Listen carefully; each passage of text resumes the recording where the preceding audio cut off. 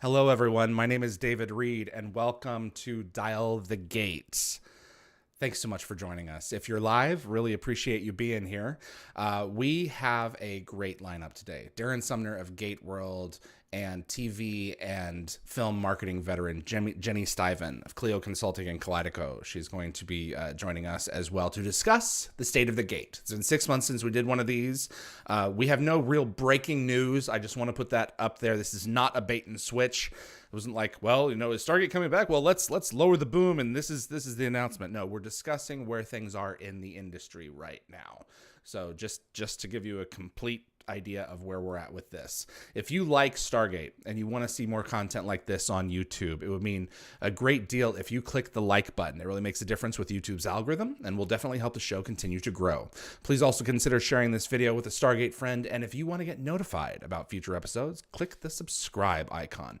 And giving the bell icon a click will notify you the moment a new video drops, and you'll get my notifications of any last-minute guest changes. And clips from this live stream will be released over the course of the next few days on the Dial the Gates channel.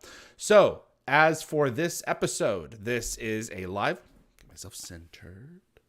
Get myself centered here. Okay, this is a live episode. So we've got Jenny and Darren standing by.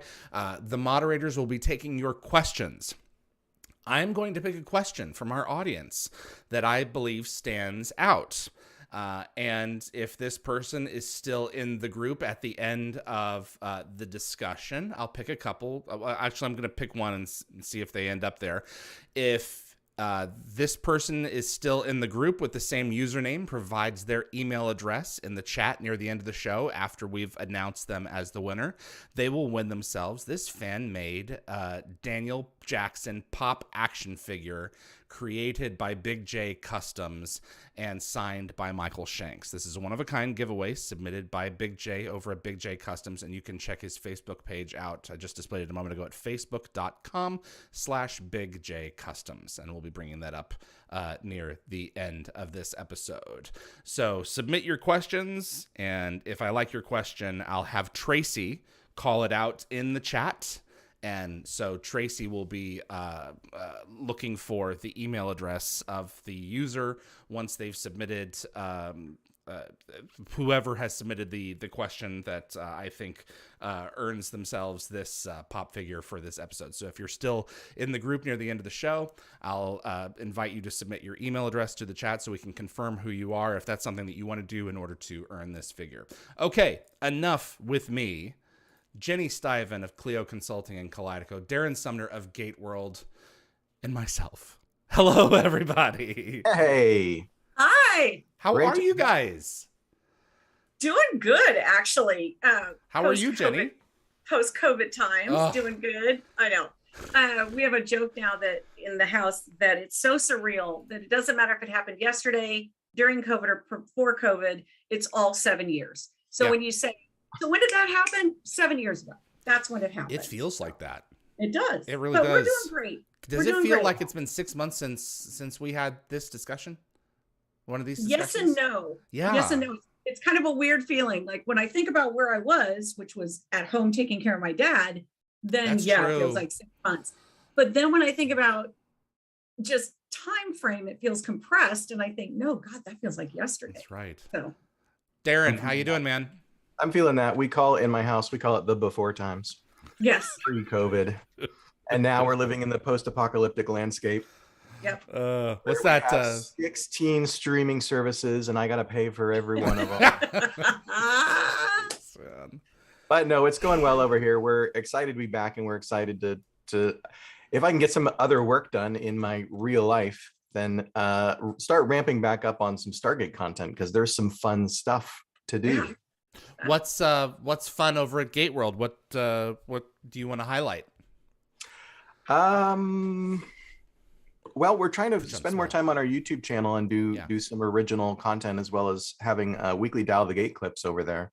Yes. For folks to get the little nugget of these conversations, and then come over here to Dial the Gate and subscribe and watch the full live streams.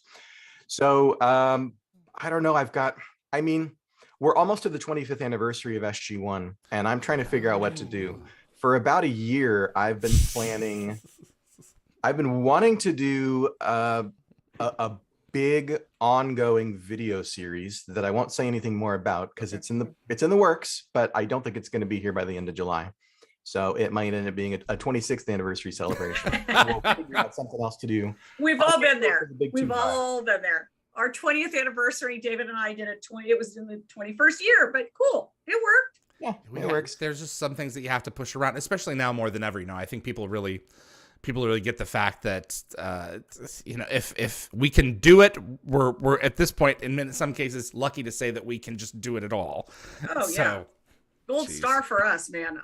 Every time something like I complete something. Exactly. I feel like I'm in third grade. I should have a chart of everything. Give yourself a gold star. Go those gold stars at the grocery store. I'm gonna have a Stargate sticker for myself. COVID, I gave myself lots of little rewards for making it through COVID day by day. I gave myself a few too many. Yeah, I put on a few extra as a result. God's sakes. Oh yeah. Since we met, the MGM acquisition, the Amazon acquisition of MGM is complete, or at least the sale is complete. Is that correct? The money's exchanged hands? Yes. Wow.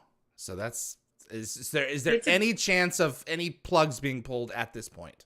No, none. I think if anything happens from an FTC or an antitrust standpoint, or California does have a buyer's remorse that's passed.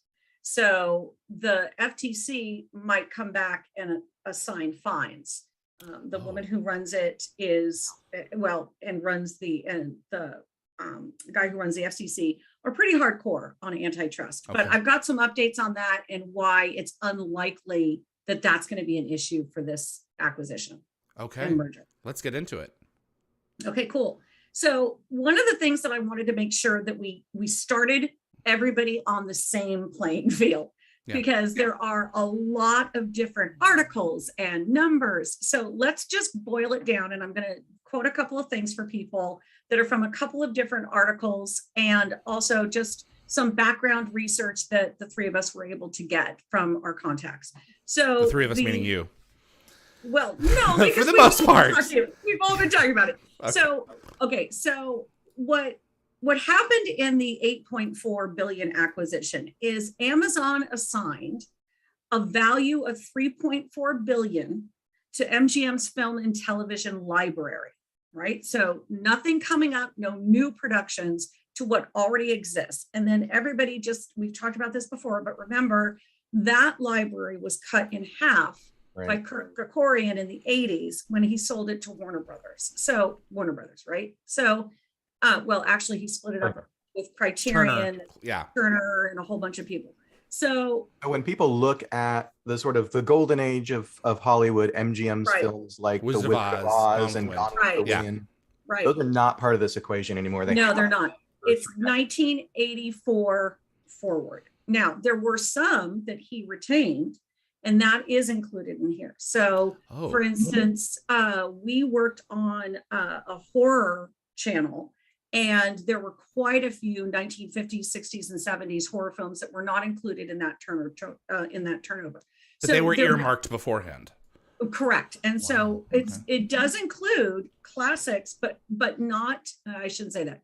It includes movies, but they're all the B and C titles, right? So all the A titles, to Darren's point, are what we would all recognize as that classic MGM film.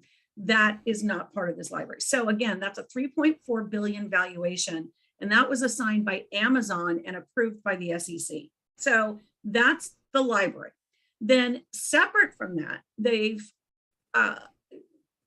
SEC approved and Amazon assigned a $4.9 billion goodwill value. And what that means for anybody who pays attention to this is those are your non-liquidable assets. So those are your people, those are your deals, those are your North American, your worldwide distribution deals, less tangible assets. So customer relationships. So they assigned a bigger number to that, which I think is fascinating because that speaks to why Amazon wanted to do that. So that would be, for instance, Steve Stark, while he left the creative division, he opened his own shingle under MGM's as a production company. He's included in this. So those types of valuations are for the people, Mark Burnett. It's potential. It's the value of, who Right. the potential of that person is, as a intangible. workhorse. It's also proprietary brands. So a little bit of that is, and this gets a little dicey. So I don't know if everybody knows, but while I was there just in the late 2010s, Orion was opened back up, Orion Pictures and Annapurna and Epix Channel. Now, those three still exist. Epix is probably going to be absorbed into its own stream, into either IMDb or Amazon's streaming. Just as a side note, so everybody knows, IMDb has its own channel and that's owned by Amazon. Mm-hmm. So what now needs to be decided is, how do you take those pieces and absorb them into this behemoth that's Amazon? So I just wanted to make sure everybody was on the same playing field about what we knew. Oh, I'm sorry, and United Artists releasing. So when you think of MGM was its own studio, its own vertical silo that it owned everything. And underneath it, it had people like Steve Stark, Mark Burnett, Roma Downey's company, that's the Faith company. It had United Artists, it had Orion, it had Annapurna. So all of these went over to Amazon. What the big question is going to be is, how do the TV and theatrical businesses, how are they going to be handled? So here's what I've found out. And again, I'm not going to say anything right now that's speculation. Everything that I'm saying right now has either already been published, so we're just gathering all the information in one place for you guys, or we've confirmed it on background. We'll let you know when we move into the, so this is the part where we're guessing or extrapolating. So MGM is going to operate autonomously. So I don't know if the current audience is aware of this, but probably the best example and parallel is Searchlight Pictures, which was acquired by 20th Century Fox in the early 90s. And it was absorbed, quote unquote, but it ran as its own vertical profit and loss studio. Think of it like Phantom Menace. It was a pod racer with the engine of 20th Century Fox behind it.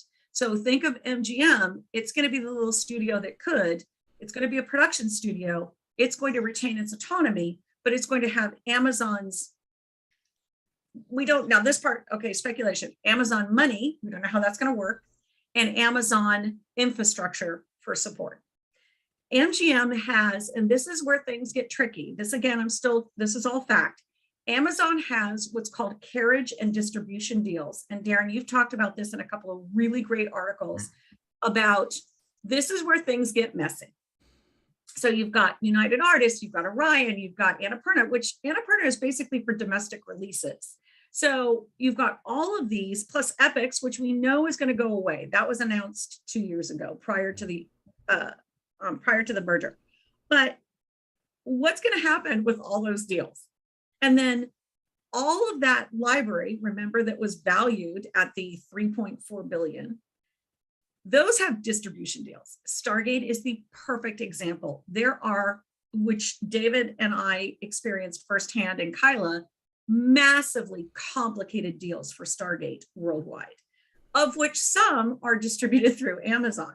So there are ones that are still in play right now that didn't get canceled, didn't get, absorbed. Yeah, they have to unwind and expire. So, or some of them, like Australia, was just renewed. So they could do that. Oh, right. So, and credit goes to Chris Ottinger for being Chris Ottinger. Oh, okay. So let me talk about this. So when we throw names out, so really quickly, you guys, the hierarchy: Amazon Prime and Amazon Creative Studios collectively is run by a man named Mike Hopkins. Mike Hopkins is SVP, but it's kind of weird that he's an SVP. He's in charge of both of those. So he's in charge of the streaming and the studios, the creative and the distribution. Then the person that's in charge of Amazon Studios overall production is Jennifer Salka. She's very cool, very creative, young, super energetic. The head of the TV division is Vernon Sanders. I have not worked with him. I don't know anything about him. So if anybody knows anything about him, please feel free to put it in the comments. The friends that I talked to over at Amazon love working with him. Certainly are super high marks for sci-fi fantasy geek that he is, but he's also a businessman. And so I'm not sure how he lands on these things. On the MGM side, and we'll talk a little bit about people who have left, Mike Hopkins basically offered to Chris Burton, who's the COO, who's been around for a little bit, Mark Burnett, who's chairman of All Television, Chris Ottinger, who's president of worldwide distribution of all MGM, and then Michael DeLuca and Amy Party to come over. So let's address the Michael DeLuca Amy Party thing. So I was really taken aback by that. I was shocked because they just joined in 2020. I love Michael DeLuca. He's really easy to work with. He's brilliant. He's creative.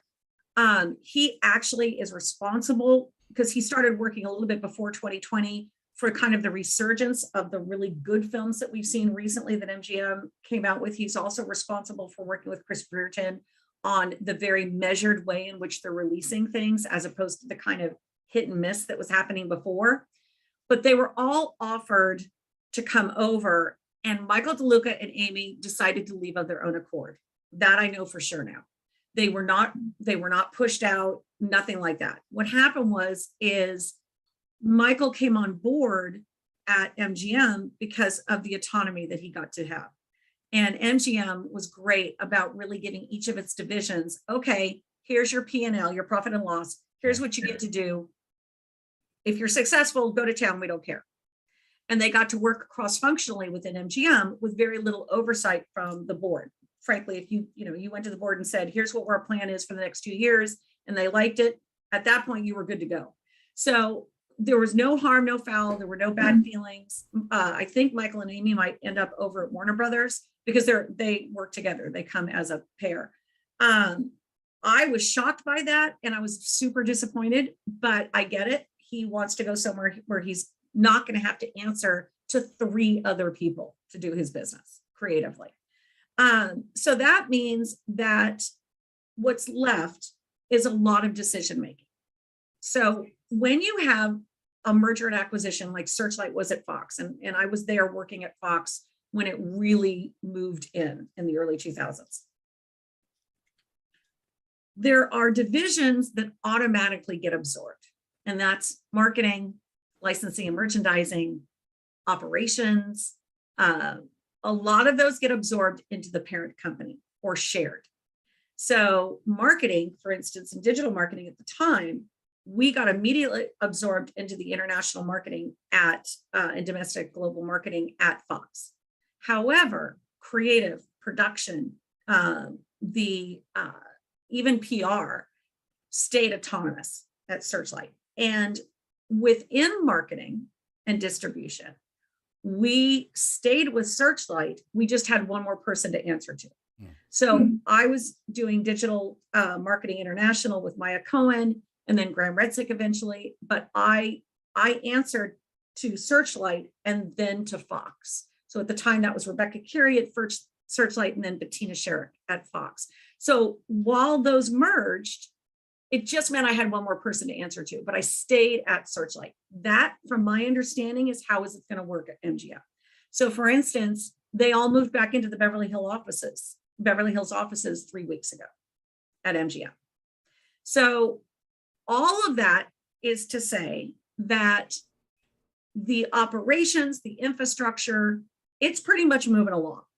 Mike Hopkins, again, remember he's head of Amazon Prime and Studios, had a big town hall about a month ago. And he was pretty hardcore about, this is autonomous. The reason we wanted you is for this valuation of your library and this bigger valuation of your intangible assets, meaning you, the creative production, the possibility, the potential, your distribution deals, the people that you've got. So while you always see after 2 years that there are layoffs, because that always happens after 2 years, what's more likely to happen is you're going to see people at MGM really turning to to take all of those projects that were on hold and go crazy. Now, the prioritization, that's where we're all going to speculate at this point. Yeah, where does Stargate fall on that list? Exactly. So that's as much as I know about the reality, the facts, the infrastructure. I want to make sure I got all my news fit to print here. And then just to repeat, here's what I think is an interesting part of what we can speculate. So the IMDB TV that Amazon is pushing, they're pushing it pretty hard internally. So I want to kind of red flag that, or not red flag it, but flag that as we should watch and see if there isn't something that happens there, because that is where the scuttlebutt, again, this is now into speculation, is where a lot of MGM's library is going to go. Not necessarily just on Prime. And here's why. Prime is for money. IMDb you can watch for free and ad supported. And so what they're thinking about doing is they'll offer it on both, but they're going to do a huge push on IMDb because it's free. Now, that's not speculation. That I do know for sure. What goes on there, I don't know. That's really interesting. Now, something that's happened fairly recently since we all got together and chatted last, of course, was Stargate landed on Pluto. Right. And it's Pluto TV ad supported, which is a similar sort of service to IMDb, as I understand it. What do you think the relation of that? I mean, the fact that Stargate's on Pluto now, does that potentially It's amazing. preclude it from ending up on another service also at the For same right time? now, my understanding it would exclude it because the Pluto, I should have asked Kyla and I didn't double check. I don't know if that was an exclusive deal. I'll check. Yeah, that's what I'm wondering, is if it's I'll get back to you guys so we can put it in the notes. Okay, please. But just remind me. But I do know that that was a new deal since the sale. So again, this is fact.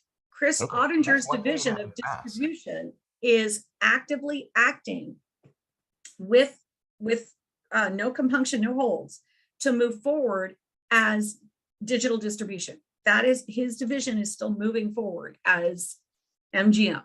So I think what's going to get a little messy is, I don't think Amazon cares in the first couple of years. I think what they want to see is, okay, now you're under our roof. What are you going to prove? What are you going to show us?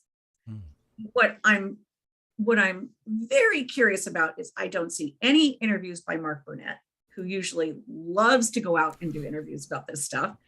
I don't hear any scuttlebutt about what he wants to do, which I find fascinating. Now, a lot of his focus right now is on the rebirth and the reboot, not reboot, but getting started after COVID of all his reality programs, which were somewhat just what was ever in the can was what went forward during COVID. So I know that a lot of focus is on the bazillion reality programs he has, but I'm curious about that.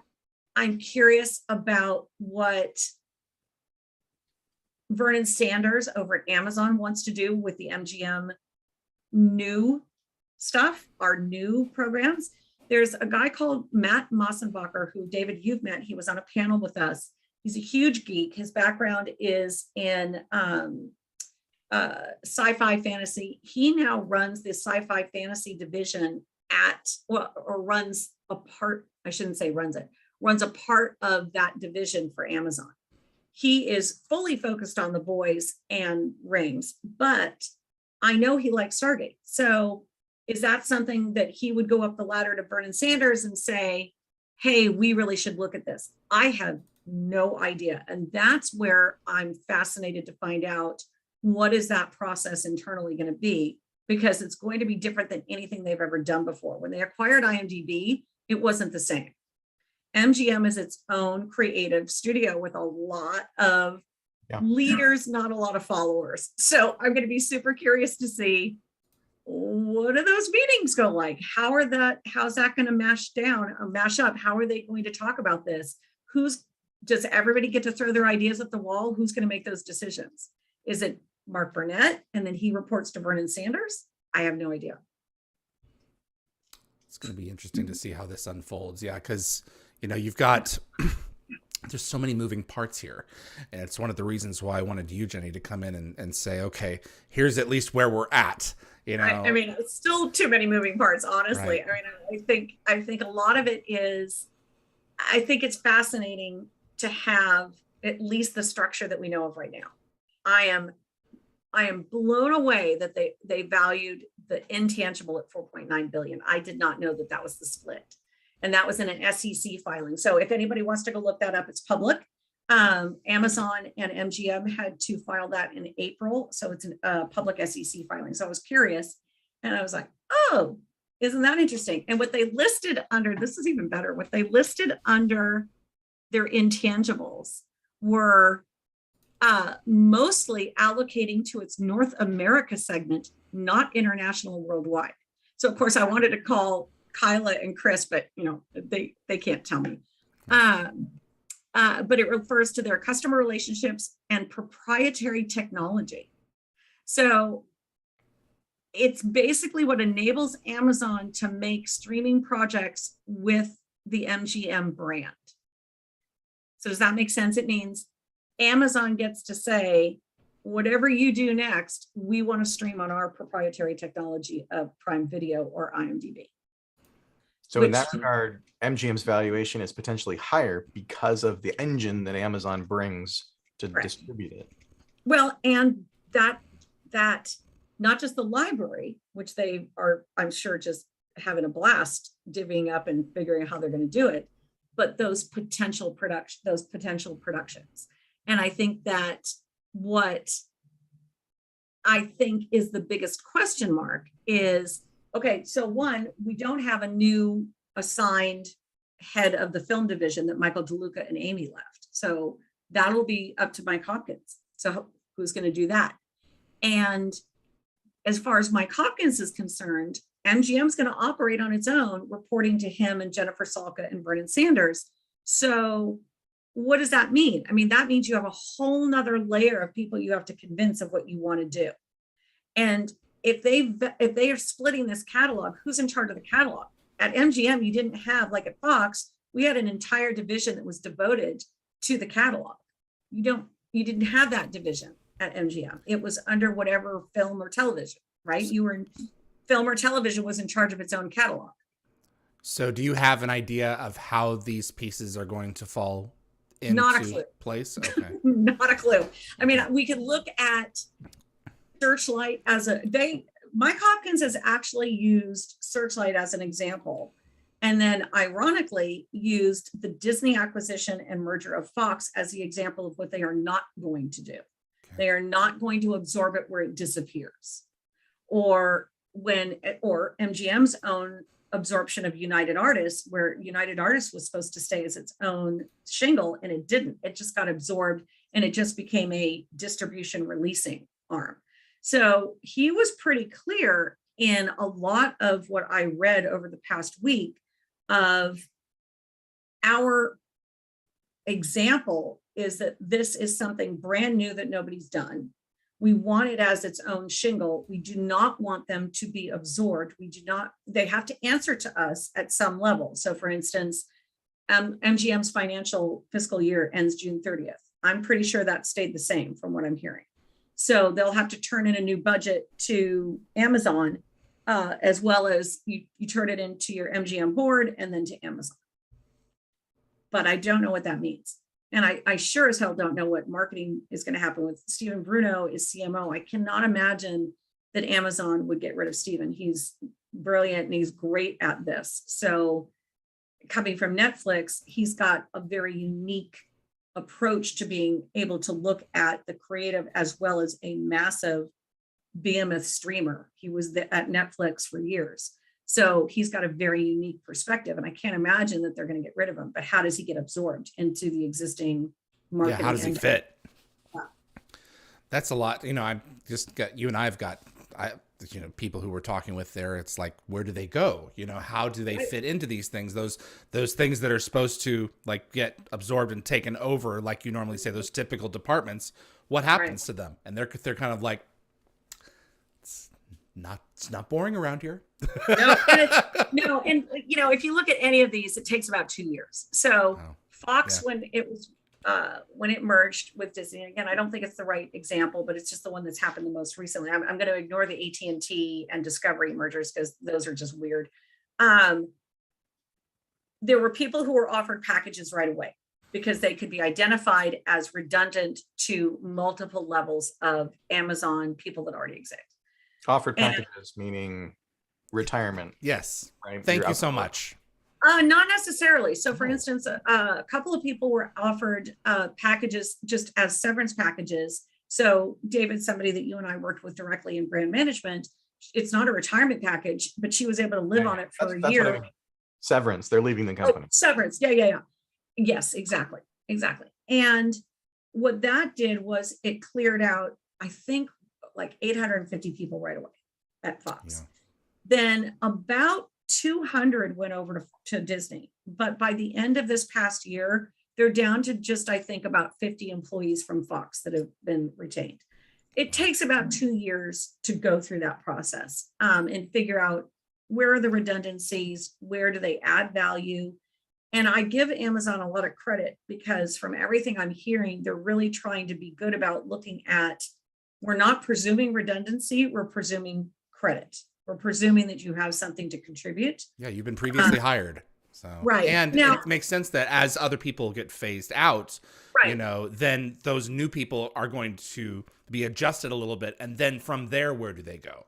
Right. So. And maybe, so Matt Mossenbacher, who I just love, who's doing the Rings and he's in the sci-fi fantasy group. That was a brand new job that they created 2 years ago. So you never know.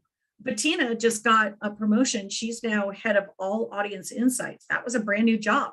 So you never know. Bettina Sherrick was David and my boss at Fox for a long, long time at Fox Home Entertainment International Fox. And she learned all of this on the job at Fox. Now that's a new job at Amazon. So, or new-ish.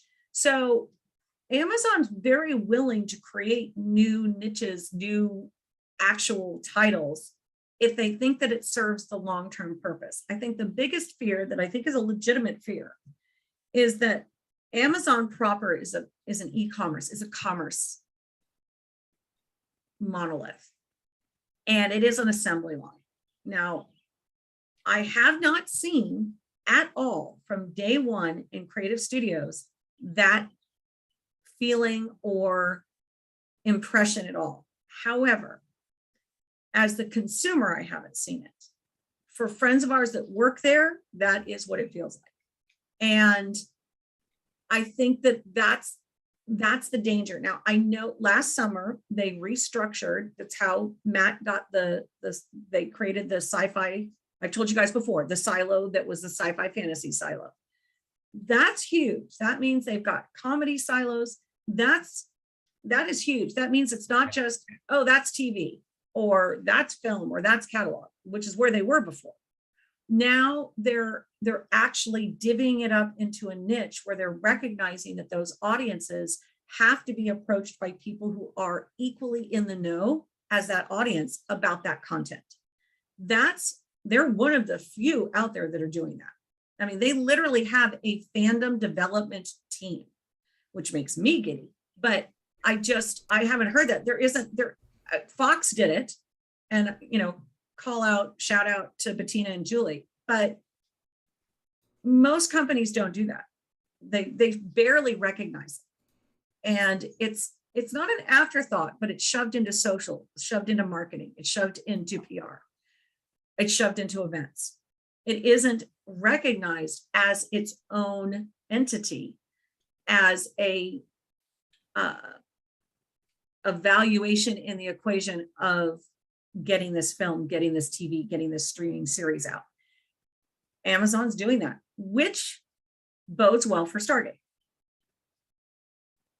And then I'm going to say this. It all comes down to the people that are in charge of making the decision. And if they like Stargate, and if they're big enough fans, or if they're willing to look at it, there are certain people that will remain nameless that I just saw got promoted upwards at a previous channel that I worked at that's now been absorbed by Disney, that is, blank X on Hulu, and should never have been promoted. Does not get what sci-fi is, does not understand fandom, and is in charge of all of that. Oh, terrific. So, yeah. So That's on Disney though, right? oh yeah, no, Okay. I'm not going to say it because look, No, I don't want you to. not a bad person, honestly, worked, and again, I got to be careful, worked really well with me, but never got it, never truly understood the connection and the relationship that had to be made. And I feel like 20 years later, I'm still beating this drum. Darren and David, you beat this drum. Joe Malazzi beats this drum nonstop by himself, like a voice in the wilderness half the time. So I don't understand, because there are so many success stories, so many success equations. If we're just going to go bottom line business, there are so many equations where, let's just use Star Trek, for example. Good God, I can barely keep up with all of the things I want to watch on Star Trek. And 100% that is because fans asked for it. Yeah. And I give Paramount, the decision makers over there at Paramount, but here's the deal. Vincent, Mary Daly, so David, all these people we worked with, huge Star Trek fans who made those decisions. Jim Giannopoulos, ginormous Star Trek fans that made those decisions. You have to have people who believe in the property. And if they don't, then it's subjective, right? Yeah. I mean, how many times have we all dealt with people that didn't get it? I mean, thank God for Simon Grady and Michael Brown and all those guys who loved Stargate. But there were a lot of people at MGM, no ding on them. They just didn't get it. They just didn't understand why it was a cool project, an amazing series. And that ultimately is every time, and any business person will tell you, it's that human factor. Because you could give all the black and white spreadsheets you want and prove, and oh, this is where I'm going to bring this in because I'm super excited about this. So sentiment right now and mentions of Stargate across all social and marketing channels is averaging, and when I say average, that means we have massive peaks, 660 mentions per day. So for of the term Stargate. Of the term Stargate. Okay. So of a product and project and piece that has nothing active except for Timekeepers, which is getting a bit, Wyvern Gaming, which is getting a bit, and then of course Pluto TV, there's absolutely nothing to prove why that's happening. And for everybody to just get kind of a context for that, when we were at our peak and we were getting really good PR, we were getting about 2,000 to 5,000 mentions a day. So to be at 660 a day, individual unique mentions by different, across different platforms. And then all of the sentiment is between 4-1 and 10-0 positive. That's nuts. And nothing's happening for all intents and purposes. Let's do a comparison. So Star Trek right now, okay, to be fair, Star Trek is getting millions of mentions per day. Yeah, it's got 5 shows running. I would hope so. Exactly. You know? It's always on the air now. Paramount's working really hard to stop me from canceling my subscription. No kidding. Ooh, I didn't say that. So let's go back. Internet, you can swear. Prior to CBS streaming, which became Paramount Plus, right before they launched, they were getting 1,000 mentions a day. And at one point, they were getting less than Stargate. Are we talking Star Trek was getting 1,000 mentions a day? Yep. Wow. And at one point, they were getting less and less sentiment, because let's be honest, somewhat negative Star Trek groups. So what I want everybody to hear is we're exhausted. I know we're tired. I know that Tell me about it's hard to feel for you guys, especially to hold that, what's it called? Like the Olympic flame, to hold that flame. The torch. Going. Yeah. Thank you. You're okay. It is exhausting. And again, we still have no idea what's out the other end of this. But the fact that we're getting that kind of daily mention when not much is happening at all, except what you guys are sustaining, is crazy to me. It's not huge, but it's the same pre-COVID, pre-Picard, pre-Discovery of Star Trek mentions, equal to or more than. I want everybody to kind of hold on to that, because that was a huge selling point within Paramount to move forward. Good. Was looking at, okay, this is what's going on in that fandom out there. So we're talking, what was that, 2017, 2016. Correct. So we have much better analytics now. And I think that, and again, that's an average. Remember, we have peaks. There are times it's 10,000 mentions a day, but that makes a huge difference for what Dial the Gate's doing, for what GateWorld's doing, for what the Companion's doing, for what Wyvern's trying to keep alive, for what our absolutely amazing people over at the 365 Days of Stargate have done, which, good God, I mean, that was amazing. And keeping that going is, talk about the daily drumbeat. Right? That fan campaign is amazing. Commitment. I mean, it's insane. Or our friends. Let me say, with respect to what you're talking about here, 660 and 4-1 to 10-0 net positive.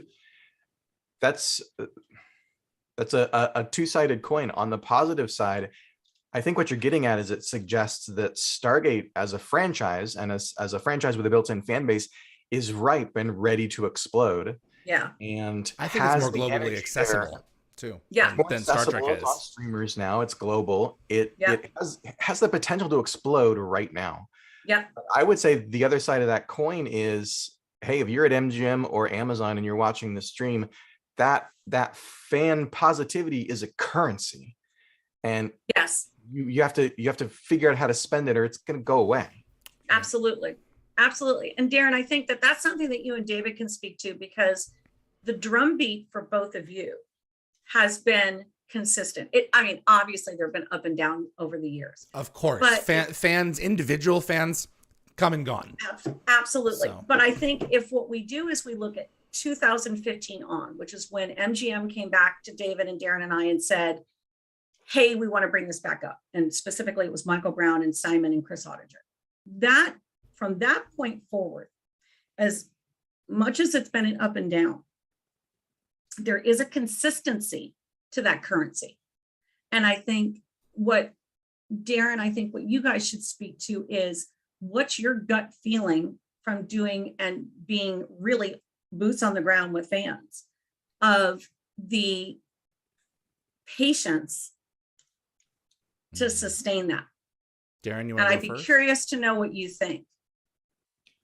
I have too many thoughts for one podcast on this. This is what I think about all day, and it keeps me up at night. Well, here's your chance.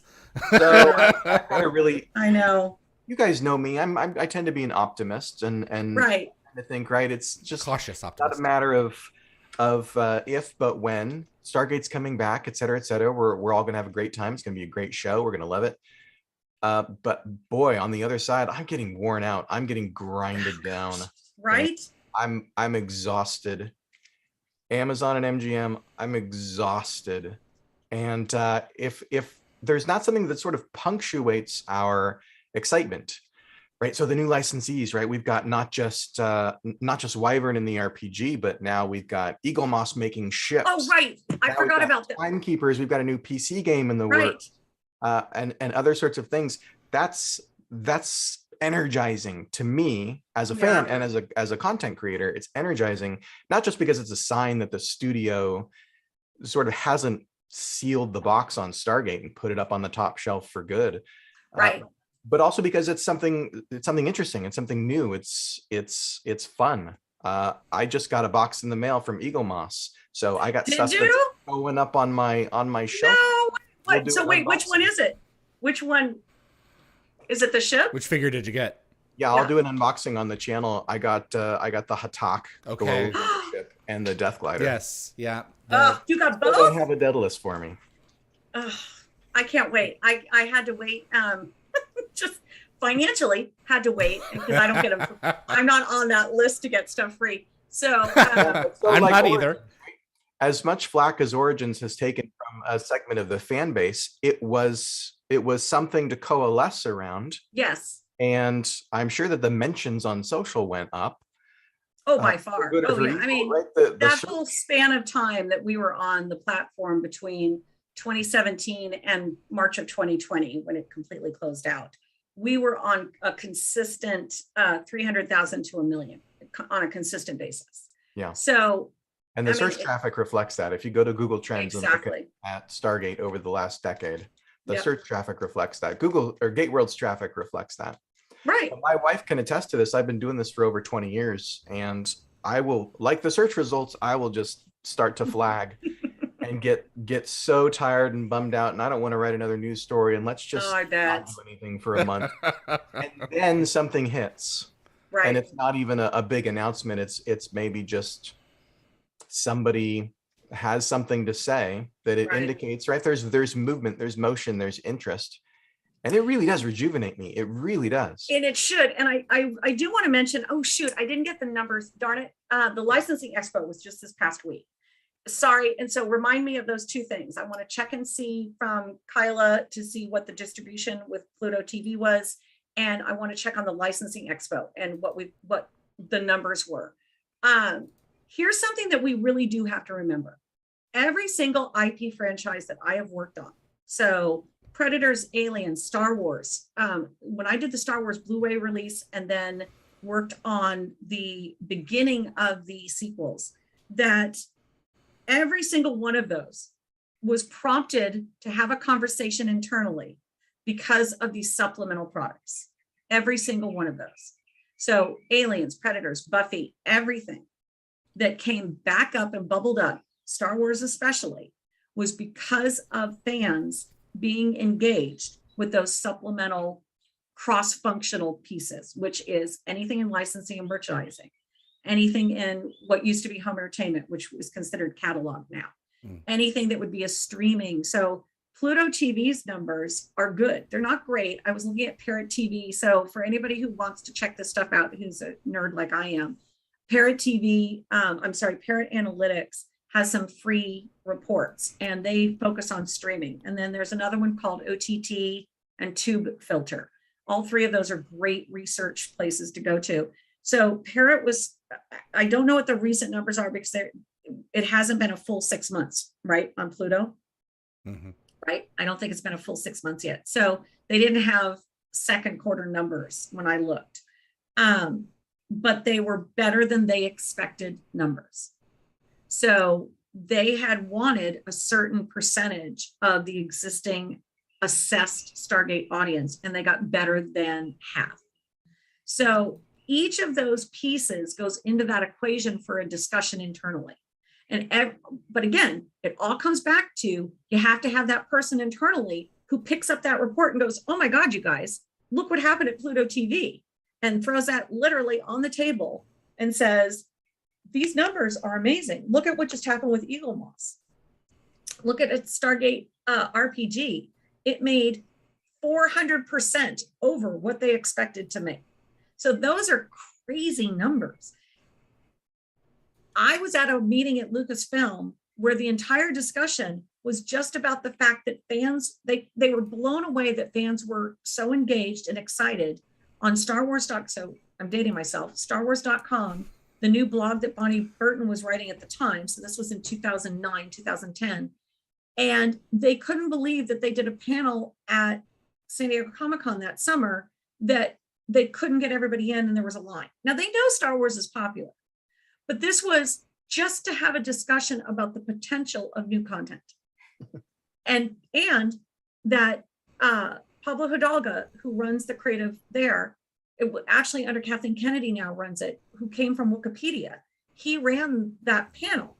And what he said was, I think our number one job needs to be to bring all the canon under one roof. And that's how he started the panel. And everybody lost their ever-loving lost their ever-loving minds. And I remember sitting at that table and these guys were just, wow, that was really kind of, and it was Scott Clay and Mark Levine and me. And we're sitting there kind of half laughing, going, yeah. This is not a brainwave, folks. Have you noticed your sales? Yeah. And here's the kicker, no cross-functional meetings.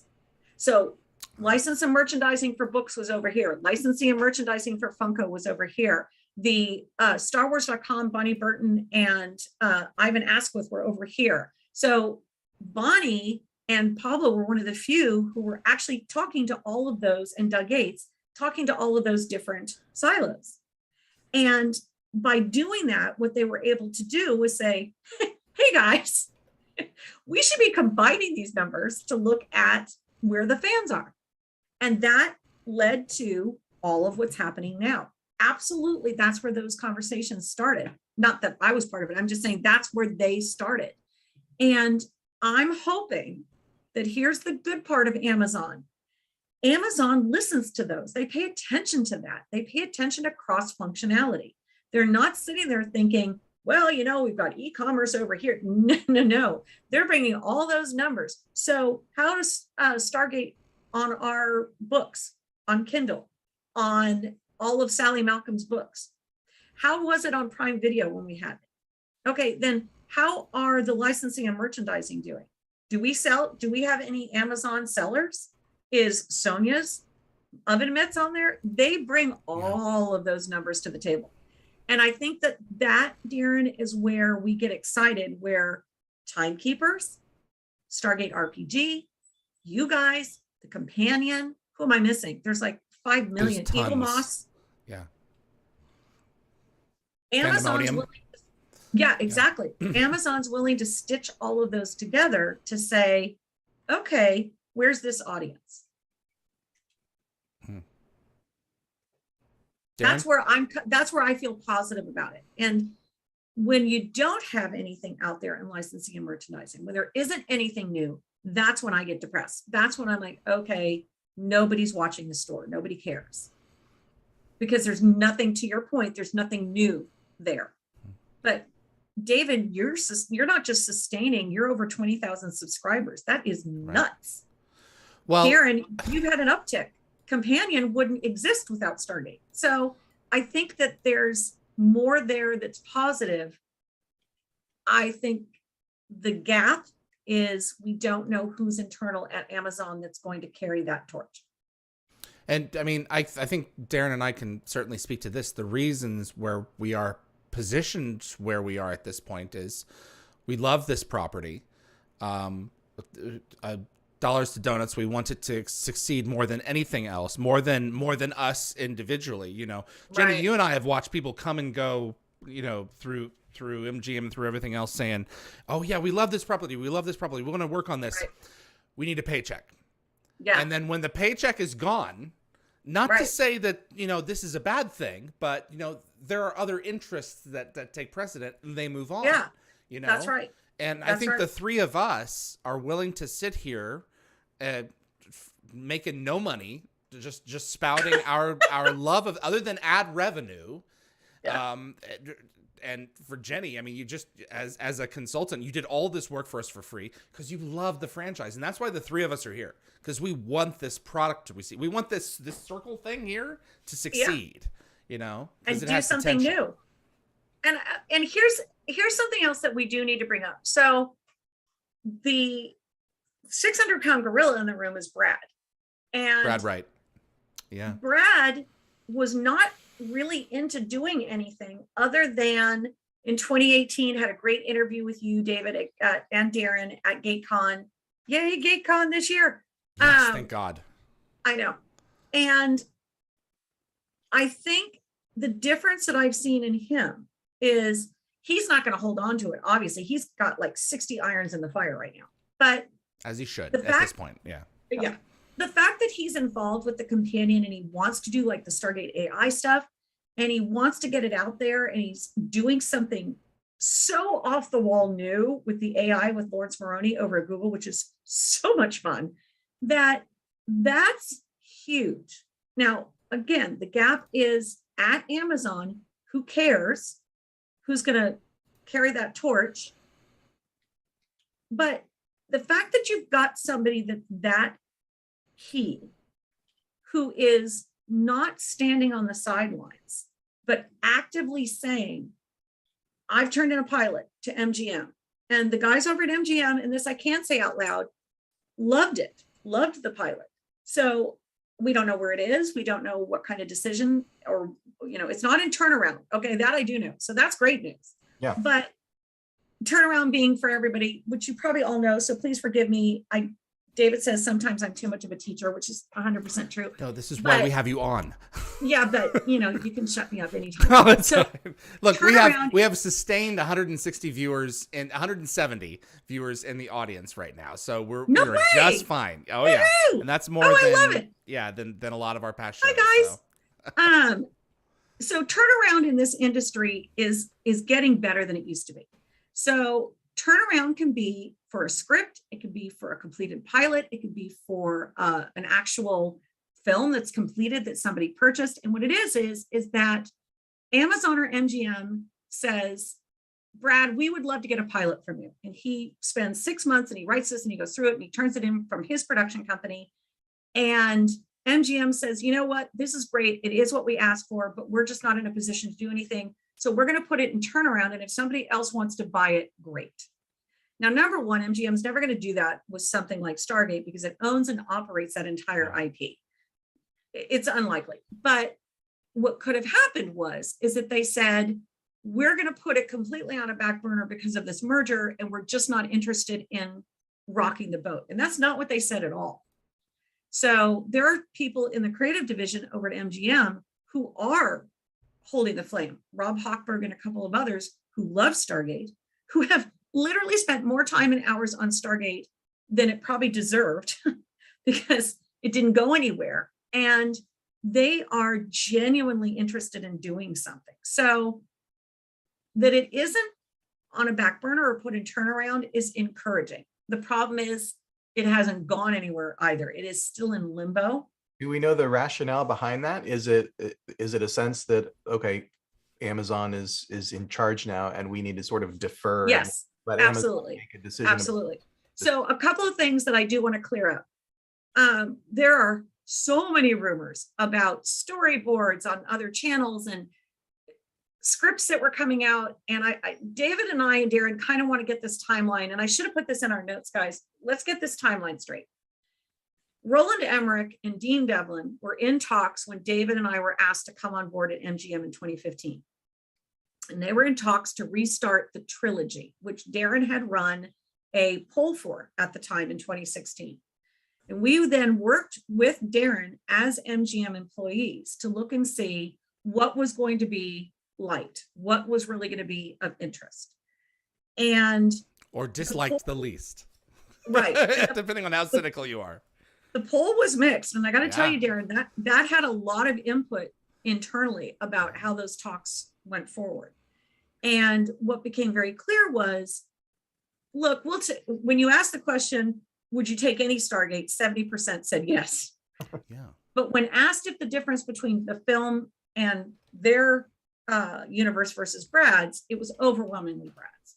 Yeah. Now, to be fair, I think a lot of fans on GateWorld are Brad universe people, not necessarily just the Stargate movie. But when I talked to Lionsgate and they did a poll, the same thing happened. So, wow. So let's look at Roland and Dean then were in talks through the end of 2017, and then they both exited the talks in 2017 completely. That means that trilogy was dead in 2017. And that's when we were really rolling on Stargate Command Platform Origins. Right. And the reason we had to do Origins was we had to create our first piece of content within the IP that we owned 100%, which was the movie IP. We didn't own and still don't, I'm not with MGM anymore. MGM doesn't own all of the IP. Brad and Joe and everybody, they've all got input on that. And so they own Catherine Langford. They own Kalium Galaxy. They own Skara, Kasuf. Right. Which is what Origins was, because MGM had that wholesale. And originally that was just to get us started, right? Yeah. So the ones that were on the table were a Jaffa one, a gold ball one, and something. So there were origin stories that were going to happen in that TV universe that were on the table. Mm-hmm. We never got to because of everything that happened. So 2017 trilogy is dead. Roland comes back in 2019 and Dean separately. Dean then leaves again. It just wasn't his thing. He wasn't going to get into it with them. Roland continued talks and submitted a script in David, was it 2018 or 2019? I don't remember the exact year. It was around that. And the script that's out there that Origins people came have out in seen that 2018? got leaked. Yeah. Yeah, it could have been. When It was got Origins? leaked. That was the spring of 18. Yeah, yeah. And so the script, that first scene that got leaked just recently by some other people, that's Roland's script about Daniel that would have taken place in that universe. So that's nothing new. That's Nothing, old that's content. not new. There's nothing. Roland has not suddenly come back and submitted a TV streaming script. That doesn't mean that that couldn't happen. And I don't know the inner workings at that point. That's as much as I know. I mean, I got to be honest. Roland could be having secret meetings over there and I would know nothing about that. But that is not new. The storyboards that people were talking about don't exist. So I don't, I mean, that I know for a fact, those don't exist. So I don't know what that was. So those are vaporware. Well, the storyboards that were shown, one of them was a companion storyboard that was done for our 2019, So I don't know if Joe's in the audience, but Joe Malazzi did the coolest thing for me and did a script for us for our 2019 Stargate Atlantis reading at at San Diego Comic-Con. And the companion guys made the coolest storyboards for David and I for the content. And then we were going to cut them all together.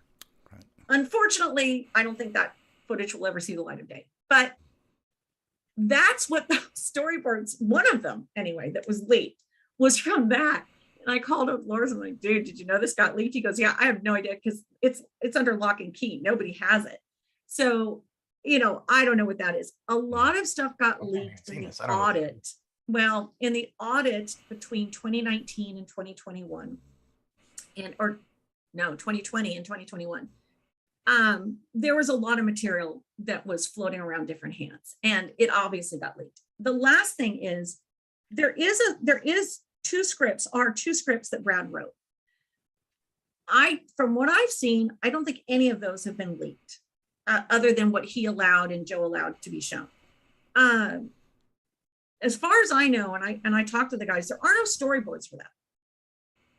There were storyboards for something that David and I were working on with Brad, with MGM in 2018.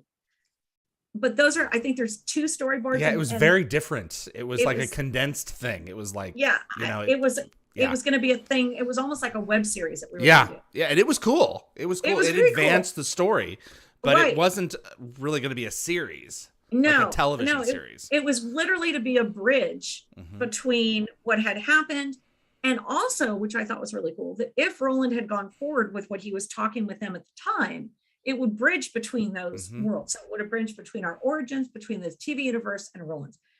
One of the coolest things I've ever seen, and it would have been great. But, a lot of that happens. There was nothing permanent. There was nothing, I think maybe a treatment was written. I can't even remember. So these are all multiple discussions that happen at tables, and there's notes because everything's digitized. They're on these drives that got audited. So in this timeline, I want to be super, super clear with everybody. The only thing that's out there that I know of right now, and again, there could be 4 scripts that were asked for by MGM that I don't know about. But what I do know is that Brad definitely has one that got through a certain number of hoops at MGM. It was put on hold because of the merger. That's it. As far as I know, I've double checked. There's no storyboards for that. I don't think there's anything. Have there been a lot of conversations? You bet. And have there been conversations with Amazon? You bet.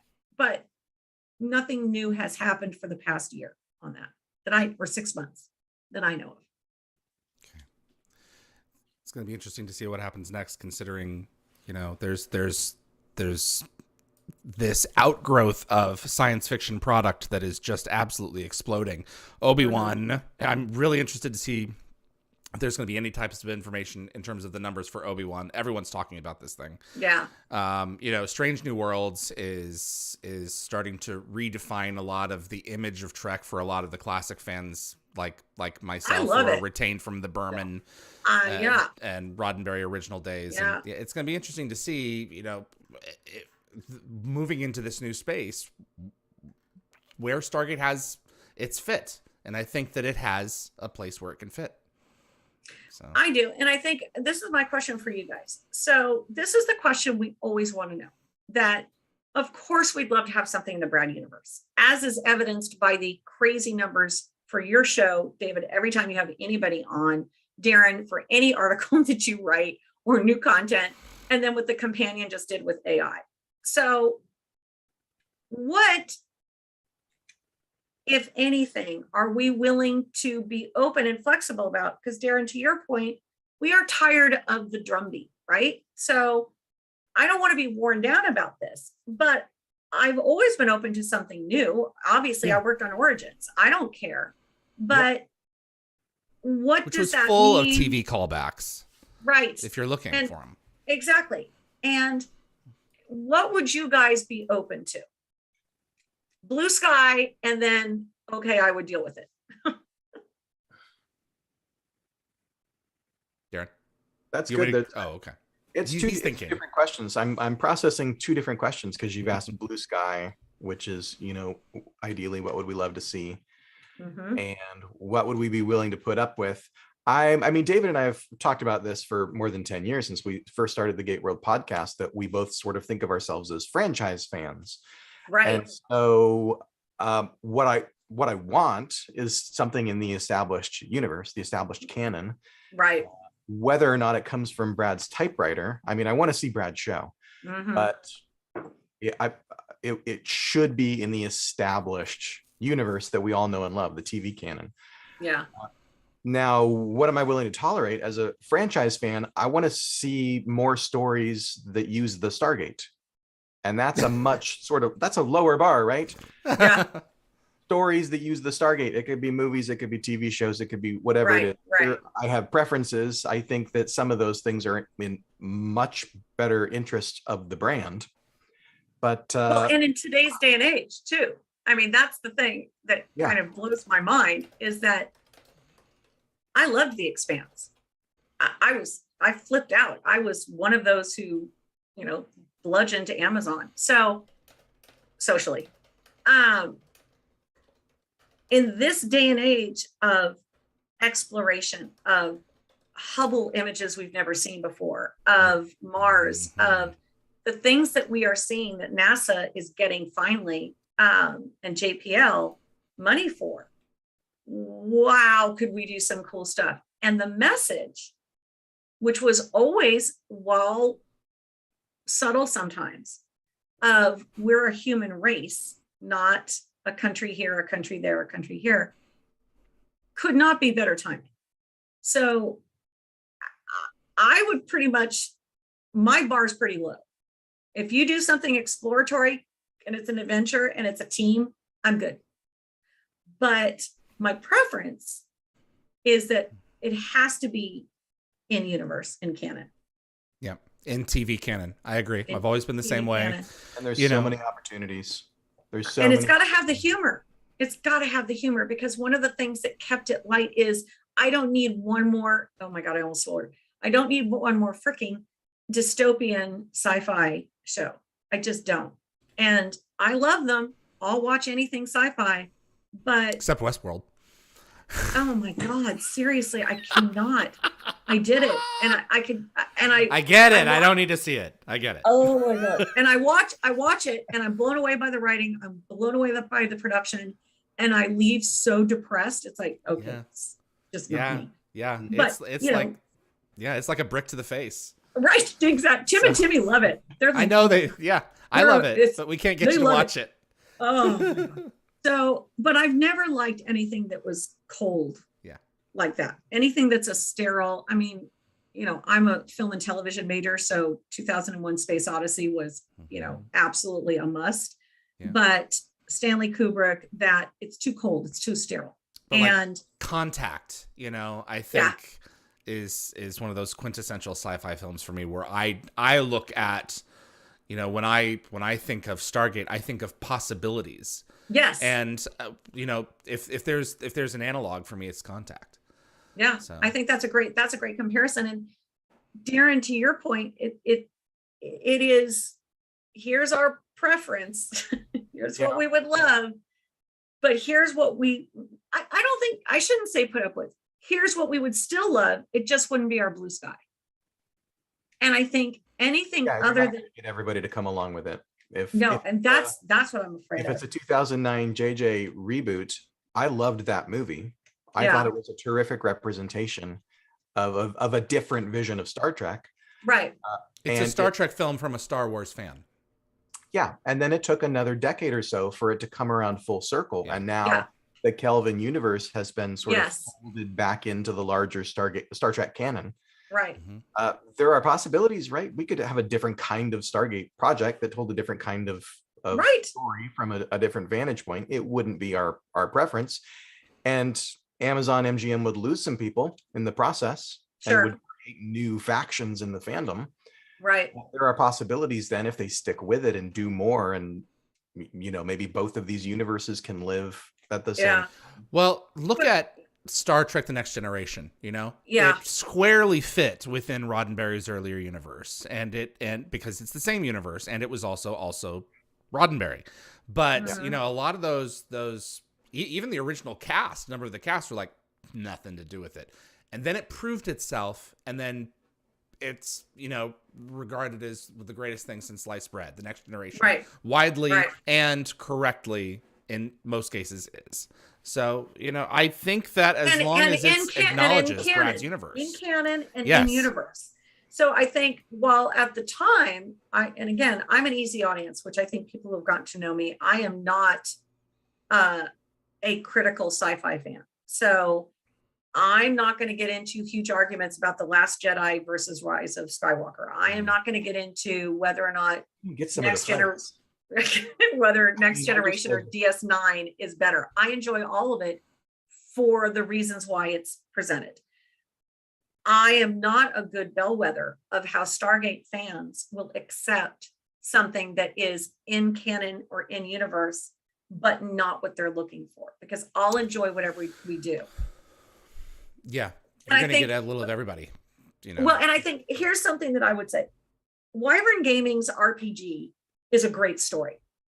It talks about something that all of us as fans talked about for years, which is, okay, so wait, what's happening once they leave that planet? What's going on once they've convinced them to join the quote unquote Federation, which it's not, but you know what I mean?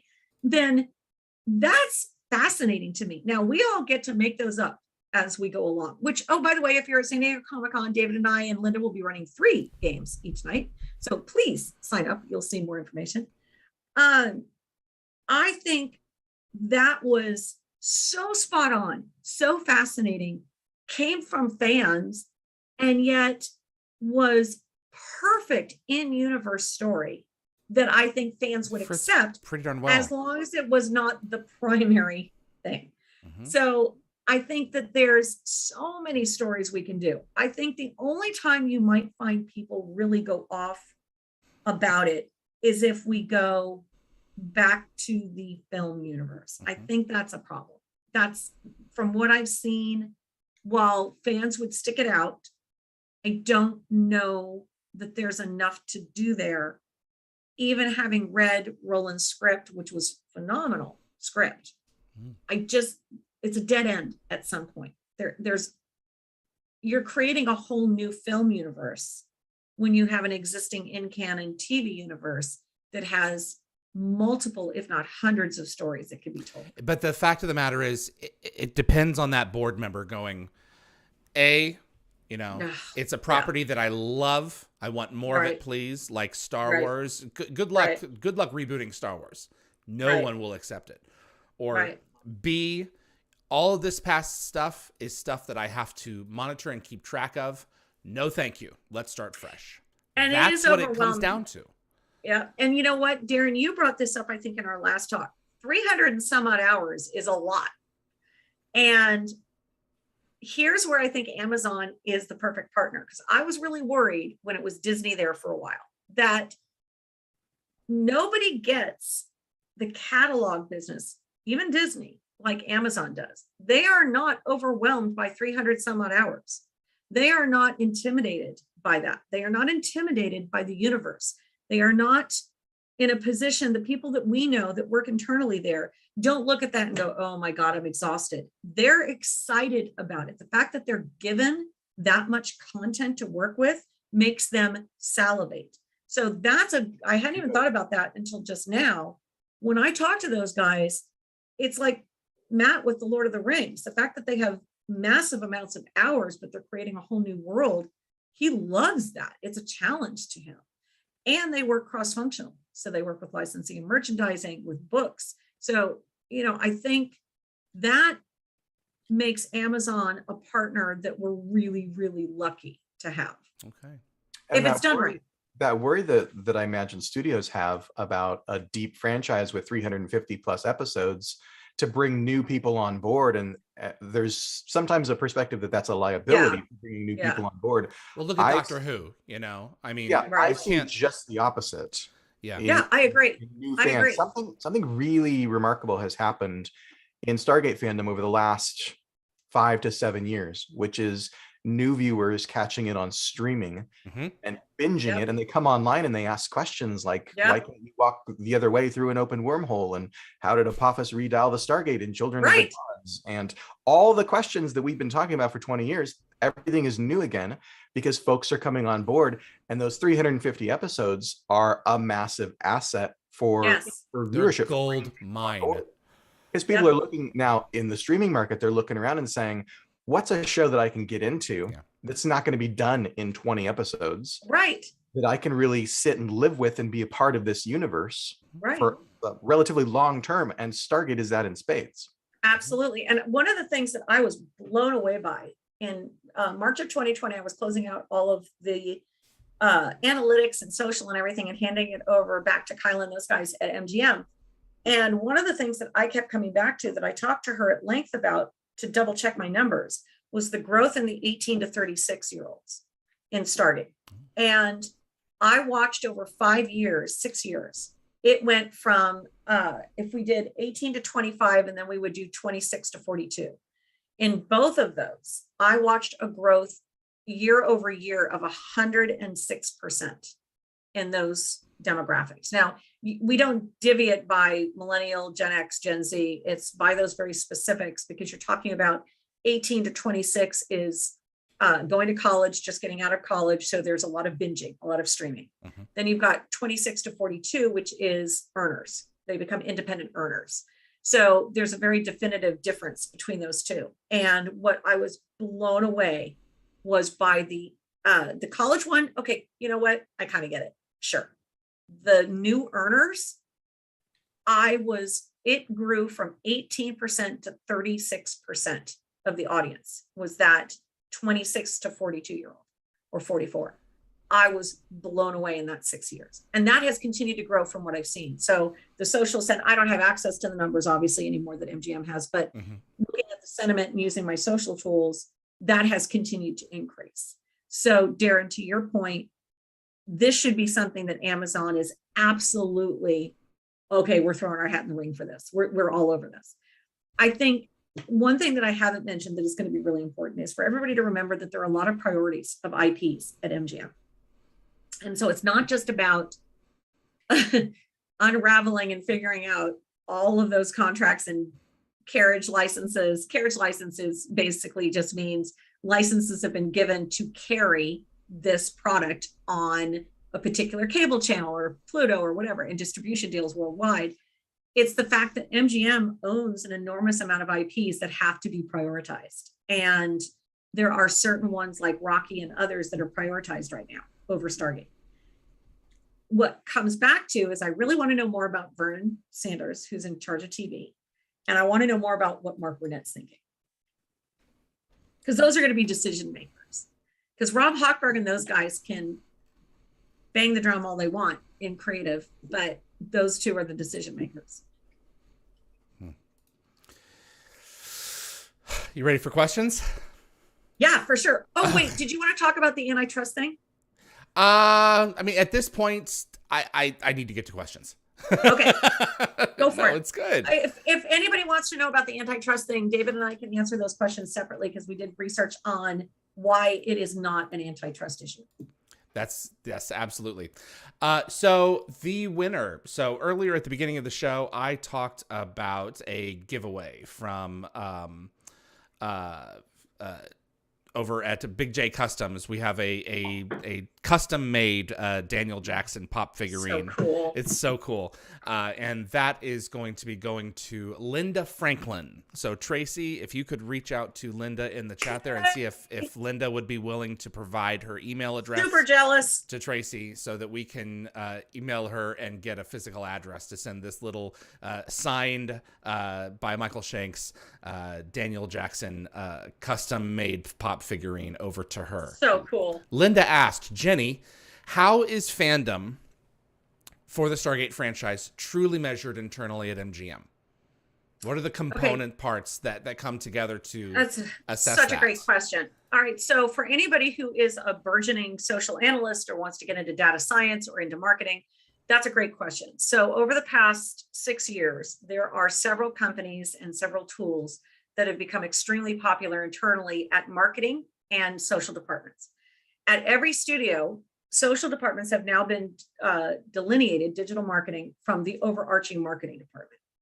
And every social department, regardless of what channels you own for your IP franchise, have tools and or internal databases that they use to churn out reports that analyze data across anywhere between 11 to 12 channels. So it will never just be Facebook, Instagram, Twitter, Snapchat, TikTok. It will include YouTube. It'll include blogs. It'll include sites like GateWorld. It will include YouTube chats. So all of those are crunched, essentially. The data is crunched, and they do what's called a scrape or a net. And what they do is quarterly, usually, they look at what I just talked about, which is how many times is Stargate mentioned across the most popular channels, by our official channels in terms of responses. So they look a lot at when they put something out on an official channel, how much response and engagement did they get? Engagement is a lot harder than it used to be to parse out. It used to be that we cared about impressions, which was just how many people saw it go by.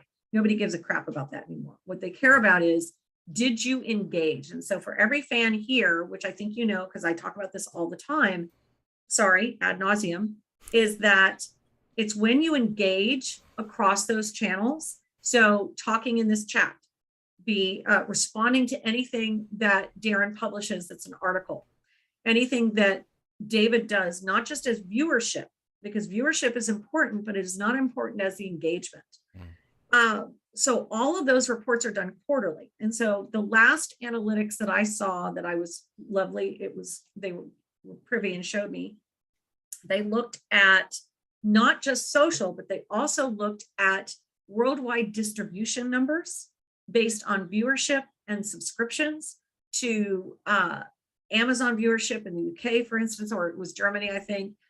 The Australia deal that just happened because they looked at the numbers of what was happening with engagement across social and what's considered OTT, over the top, non-cable. So it would be Roku, Amazon, Netflix, however you get your shows, that's not a cable or network television.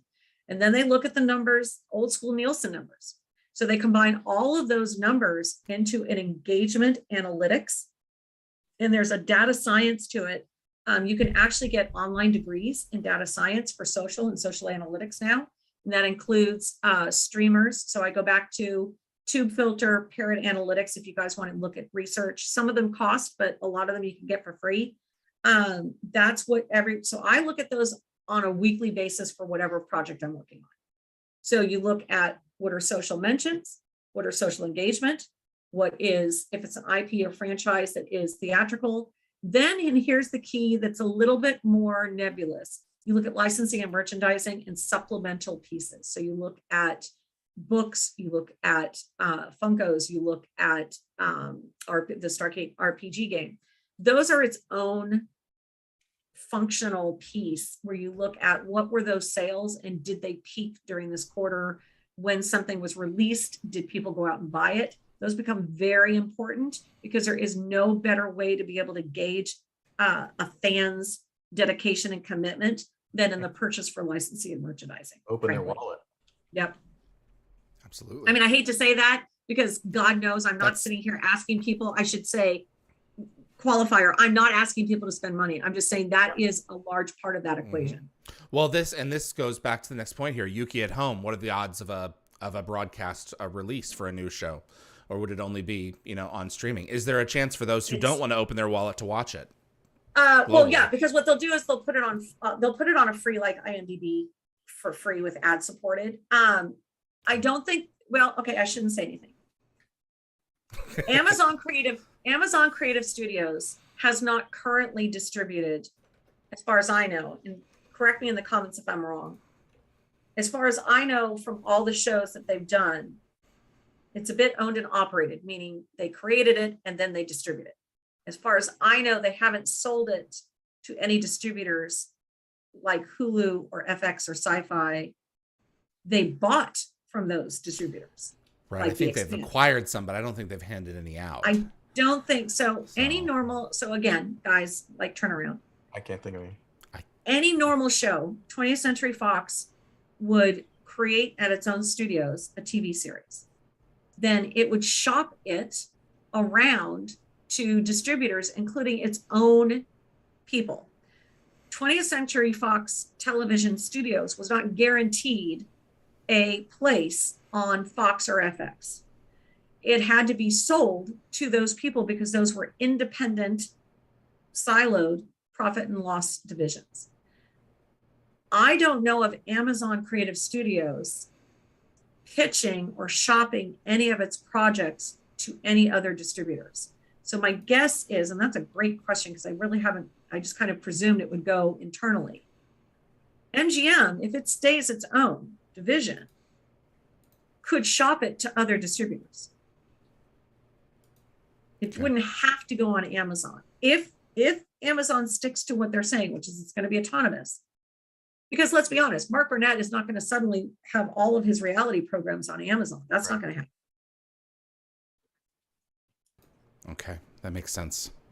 Sorry, I'm shuffling a few things at once here. I apologize. No. Jenny, Dan Ben wants to know if they do new Stargate, would there be issues because of the real world situation in Russia? No, because let's be honest, it's when it first came out, there were a lot of civil wars that were happening in Eastern Europe because it was only 4 years after the breakup or 5 years after the breakup. So one of the reasons they picked China and Russia as one of the major people is that what was happening in the world. I think that there will be people that are reluctant to do things if it in any manner, shape, or form references a pandemic. I think that would be really hard. I'm finding on three pitches that I've just done, they were put into turnaround because they were based on a pandemic that had nothing to do with COVID. And studios are super, super sensitive to that. I think that's a great question, but I got to be honest, not to be cynical. Most studios love that because it means that it's pertinent. People are paying attention. It's got real world roots. And while they are while they are shy about pandemic references, they tend, unfortunately, not to be shy about world conflict and world war. And also, there's a manner of time and place. I mean, look at Travelers. When Travelers gets into season 2, you find out that September 11th was a key component to that, and enough time has passed where it's like it's not. The majority of people aren't going to look at it and go, "That's inappropriate." They're going to look at it and go, "That's clever." Well, Dean Devlin's The Ark is a perfect example. I mean, that pitch was, "Hey, we've destroyed ourselves, and we need to," or The 100. We've destroyed ourselves, and we need to get off. Those are pertinent and make sense and have a connection for fans because they can see it, unfortunately, real life. And that's what sci-fi is all about, obviously. Yeah, but more allegory, as far as I'm concerned. Less but on the nose. I think that's a great question because I think what might happen is the focus might be China instead, frankly. Unless China invades Taiwan in the next 2 months. And then I don't know. Well, I mean, and look at the geopolitics of the world was reflected in Stargate. I mean, the time that it would look at disclosure, Russia is and in terms of internally what happened in the show, Right. Russia was cooler about the Stargate program than say China would have been. Well, So- and I think it was a great, and all of that was, remember, it had only been 5 years that Eastern, or 6 years that Eastern Europe had fallen. Correct. So That was such a key part of, I think there was, it's not called Watergate, right? okay. What The- specifically are you referring to? The episode in Russia. Oh, yes, with- Watergate. You're Okay. right. That Siberia. I love when he says that, like, wow, Jen, congrats, because I'm never good at that. Hey, you did it. Well, that's the thing, that I'm acknowledging. I'm You never got it good right. at pulling that out. Those were pertinent, and we'd have to ask. I can't remember if that was. I don't think that was Joe. I can't remember who wrote those. Was that Rob? But they were. I remember there was a commentary that talked about the fact that they wrote that based on the fact that they thought, the wall fell and all of these countries fell. So what's happening to all of these people and Correct. things that were still sitting there, and these scientists that had nowhere to go? Well, it turned out that they were all being exported to Yeah. all of these other countries in the world. And so that was one of the reasons why they wrote it. I can't remember. We Rob have to Cooper ask did the Joe. episode. Rob did it. Yeah. And it was he read about that, and this was on an audio commentary. He was like, well, that's interesting, because that could be that there was a gate that they hid all these years, and then all these scientists are sitting there going, well, now what do we do? Exactly. So- Well, we're going to actually bring that up with him in June. Rob's going to come back and we're going to discuss Oh, Watergate. cool. So we'll be sure to Yay. do that.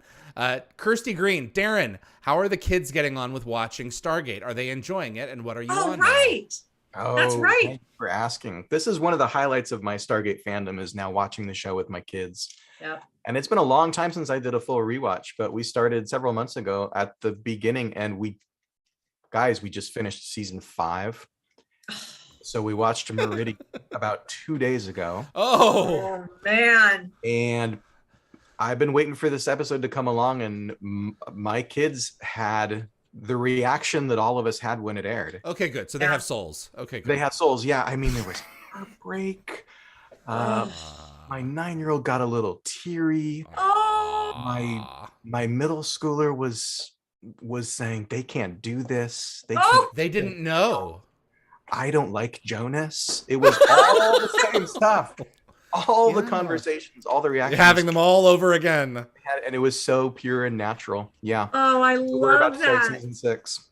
Wow. I've been meaning to ask you, so I'm so glad that Christy asked, because I just think that's so cool. We did it with Timmy, but he's 20 now, so he's been through them like 3 times past. And that was one of the coolest parts of having, being a geek mom, is being able to do that and watching it through their eyes. And they have different reactions to some things than I did, which was Yeah. really cool. And David was part of that with Timmy. And Darren, I just love that you're doing that with your kids, that you're getting to watch it through their eyes. And to your point, how pure it is, right? How cool it is. And after 5 seasons, they're all in now. And Oh, cool. little kids have steel trap minds. They're Yep. just a sponge and then a steel trap around the sponge. And Yep. so what was it, a couple of days ago, my 9-year-old was kind of spinning around next to the kitchen, and he yelled, "In the middle of my backswing!" Did not. He Did not. Window of opportunity one time. Oh my Wow. God, that's so cool. It's glued in there.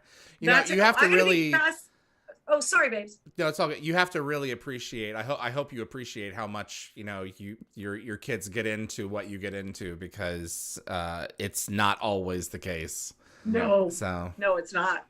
I'm going to be fascinated to see season 7 to 8 when you bring in Atlantis. Oh, wait, are you going to go all the way through, or are you going to parallel? Once we get to season 8 and Atlantis, I think I'm going to try like the optimized machete Yeah. order, where instead of Yeah. alternating every single episode, we'll do chunks so that we Right. get full storylines, full like 3-parters like The Siege Yeah. come together before we swap back to the other show. That's what I'm Cool. going to try. All right, I'll be fascinated to see if they split and if one of them likes Atlantis better. let's try to condense our responses to some of these others. Marsha Middleton, do you guys realistically see a place for the original SG-1 cast in a new continuing series, or has too much time passed? Has that starship sailed? Me personally, I would prefer a new cast of characters with perhaps maybe led by one of the originals, and guest starring roles for the casts of previous shows and guest stars. Me personally, Jenny. Well, Brad's been very open about it with Amanda and Michael and RDA and Chris and a couple of others as well. And there's an overwhelming feeling that it would be guest star or kickoff as opposed to a consistent character. So they would be there because nobody's stupid enough to say we're not going to use that original cast as a really good anchor to get this new show, whatever it is. And it's a small team of people. So exactly. But again, this goes back to decision makers could decide something else, but those people are certainly, up for it. And I know that Brad wants to do it, but it would be a commander situation or an admiral situation, not admiral. That would be Navy general. Correct. My dad is horrified. I think that would, or it could be, David Hewlett is head scientist somewhere. Right. Who knows? Yeah. So they've already done this. I think Stargate Universe gave us a great model of using SG-1 and SGA cast members. There are certain stories where you need to go and check in with General O'Neill at Homeworld Command. There's a sort of always present supervisory role there, which in the new show, I would love to see a General Carter sort of come in as a guest star every now and then as someone who is over the new program. Right. But then you pull in a McKay. I mean, one of the most interesting things that Brad has said publicly about sort of the content of his script, he didn't actually say it. When David Hewlett was on his podcast, David Hewlett was kind of joking about McKay being like teaching in the Stargate Academy. And Brad kind of coyly said, well, you're not too far off there. And I would love that sort of role for Wright. That gives us a chance to go back and visit McKay because there's a context someplace in the universe where we know that character is, and we can go and visit him or pull him in as an expert. For whatever they continue to exist. Sure. I think anybody who's involved in it from a producing writing standpoint from that universe, so Brad, Joe, all those guys, there's no question that that's what they would do. Whether or not that's ultimately what happens, I think from a fan standpoint, it would be key. We need it as that anchor, that kickoff. Akos Thomas Navaki, could GateWorld and Dial the Gate step up to be the official Stargate merchandise shop for the franchise? I don't want that job. That would be a big job. Yeah. I mean, maybe if I was like, I don't want to be like selling the merchandise. Maybe if I was organizing the merchandise, I don't know. I don't want to be selling it. Yeah, we are officially unofficial and love being unofficial. Look at all the official MGM Stargate entities over the last 2 decades that don't exist anymore. Right. But yeah, we consult, and I've consulted with MGM Consumer Products and would love to see some of the stuff that they want to do actually realize. Yeah, but stay independent. Don't. I mean, I get it. I get why you asked the question because you guys would have all the knowledge, but stay independent. Absolutely.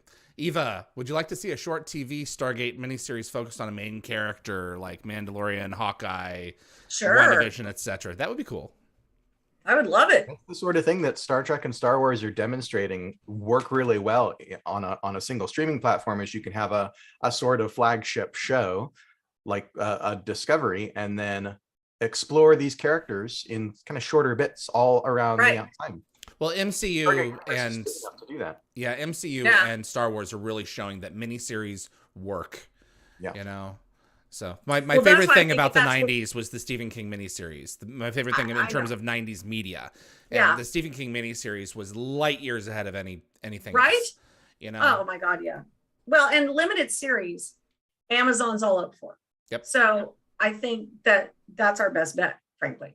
Yep. And it helps the universe to grow because, Brad is always saying one of the core elements of Stargate is that it's us.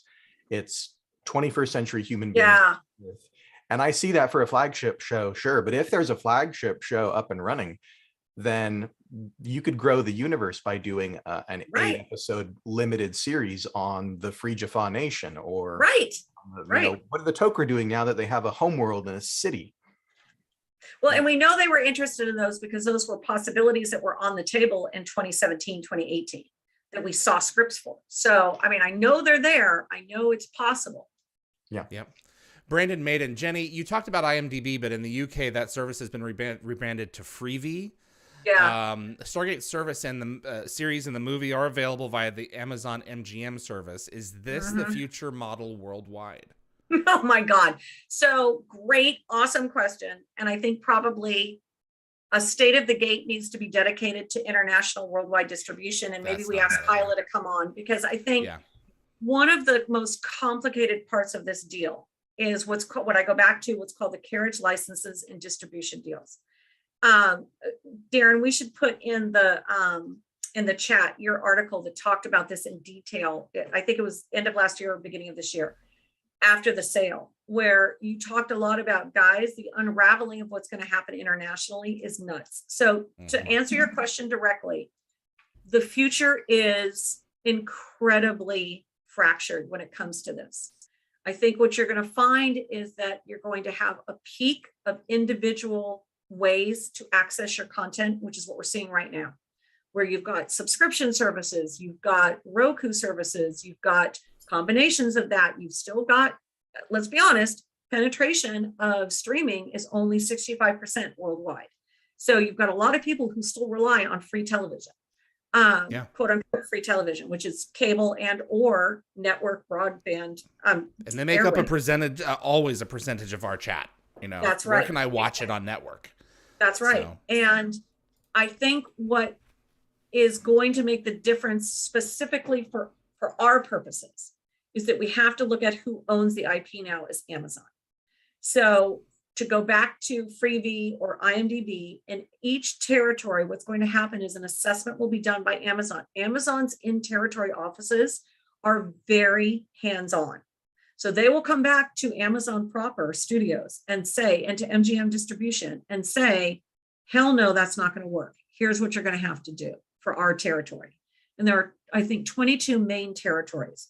One of our biggest regrets and problems, well, from our point of view, for Stargate Command platform is we can only get into 6 territories. Oh, that's right. The reason we could never get past that was because of those deals. Yeah. So some deals take precedent over this deal. So if there is an existing distribution deal in Germany that takes precedence with MGM and digital distribution over Amazon, then that means that's how you're going to get started. So all of those have to be unraveled. One of the good news is the European Commission, and again, this unfortunately means the UK is separate right now. The European Commission has come back and said, we're good. Whatever you want to do, if you want to try to do something across all of the EU, we're okay with that.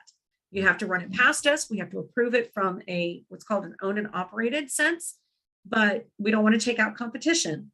But we're okay if you want to do a distribution across EU. That was great news. That just happened in April. Yeah, that's really good. I understand when there is cable availability, when there's over-the-air broadcast availability, you can kind of get a sense of where the show is on in your area. But when people turn to streaming, and as people turn to streaming increasingly, boy, it's deeply confusing to the audience. Yeah. I mean, how many times do we see comments online about, where can I watch this show? Where can I watch Stargate? Right. And folks will say, it's on, SG1's on Netflix right now. And the response is in their territory. Well, no, it's not on Netflix. Wait, what country do you live in? Virtual private network, folks. That's right. Or I mean, I hate to say it. Luckily, I'm not with MGM anymore, so I can say it. VPNs are your friend. Yeah, well, like with Stargate Command, those people outside of the 6 territories, they still have to pay for a subscription to Stargate Command. Right. But I mean, they still had access, and we could never talk about that, No, it was always, I always felt like we should have like a trench coat. Jeez. Here's where you can get it.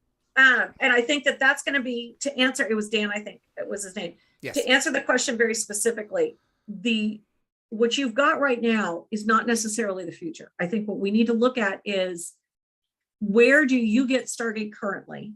And we would have to know what of that, and this is where I think, David, we asked Kyla to come on, what of that distribution deal and how long is that going to be in place? And then outside of that, let's use the rings, for instance. How are those going to be distributed? Let's use that as the example, and how are the boys distributed? Mm-hmm. I think we look at that as the bellwether, the standard of how Amazon's going to try to move forward with MGM content. But MGM's existing contracts are going to be an issue. Okay. Yeah, Brian Maiden. Thank you for Brian for the Brian. question. No, it's all good. Real quick, your favorite James Cameron movie, according to who asked that? I apologize. Who's James? Terminator. Yeah. Or Terminator 2. Baked Bean, Biehn, like Michael Bean. I like it. I would have to say Aliens. Darren? The Abyss. Oh, good. Good for you. God forbid I never it ever get a anybody. Blu-ray release. Oh my God. Okay, well, that's another story. I got to work on that story. potential Blu-ray release. Wow. That never happened. Yeah, Oh my God. no, I think James Cameron just has to sit down and take his time on doing it, and he's way too busy with Avatar. And So- I love Avatar, but I consider Avatar to be its own separate island. And I got to work on Avatar just for a little bit. That's its own thing. While that is 100% a James Cameron movie, I don't consider it honestly part of his pantheon. I consider that its own separate kind of thing, its own separate world. I think his Aliens is a close second, but I just think Terminator was seminal. Absolutely. Brendan Gleason, Jenny, how did the breakdown of the Stargate analytics go globally? I'm always curious to know how well it does outside of the United States. Yeah, so when it was active, so when I was working on it, when it was on air, it was pretty phenomenal. It was US #1 always, UK, Germany, France, and then ironically at the time, South America, we had was Mexico and Brazil, I think were two of the biggest. We didn't have a huge Asian, but Japan was pretty strong about it at the time. I spent quite a bit of time with Japanese fans, and we did some individual posters and things like that for them, digital posters. But it's always US, UK, Germany, France. Unfortunately, then the rest of Europe. So it'd be Italy, Spain, Portugal, everybody would kind of be combined. Eastern European and Russia at the time and during the 2015, 2016 were very tough in terms of digital distribution and getting them the content. So we kind of tended to look at them as a block, frankly. In the 2015 version, China was huge, but they were getting it all illegally. So I had one contact that we worked with for distribution in China that was legally distributed. And then I don't remember why, but it got shut down. So that's been pretty consistent. US, UK, Germany's always third. France, Benelux, which is Belgium, Netherlands, Luxembourg combined. It's unfortunate, but it's always considered its own territory, which is weird. They always interesting conversations about that territory too. I remember. Yeah, I mean, oh my God. But it always fluctuates. It's pretty interesting. As a combination of three countries, it has a tendency to then kind of bump up its number. We were not, unfortunately, ever very big. Oh my God, sorry, Australia. Australia and New Zealand was always with UK. So it'd be US, UK, Australia, Germany, France, Southern Europe, Eastern Europe, kind of as its own block, and then Benelux would just be up and down the list, and that stayed consistent from when I worked on it from 2004 through the end, and then when we picked up again in 2015, that was pretty consistent, especially on Stargate Command. We found that to be very consistent. Yeah, those fan bases are still there. That's what you're describing is consistent with GateWorld's traffic. Good. That's good to know. Yeah. Again, something we need to have Kyla come in and talk about, because I'm wondering with the distribution deals that they've got right now. Oh, and okay, I'm sorry. Poor Canada is always considered part of domestic, which is really lame. But when you're in a distribution division, it's US and Canada are always considered the same, which is really sad. Sorry. It's all good. Dan Zimmerly, what's our takeaway from today as fans? What can we do to keep things moving forward? Engagement, man. I hate to say it. I know that I am ad nauseum about it, but when we're talking about those analytics, so like and comment. Yeah. So it is engagement. It's not about impressions. It's about watch it on Pluto, or wherever you have it in territory, put it on in the back while you're at work. Leave it if on. I'm watching it on Pluto, are they recording that data? Or is it like satellite where it's all coming down into my box and I just have it on?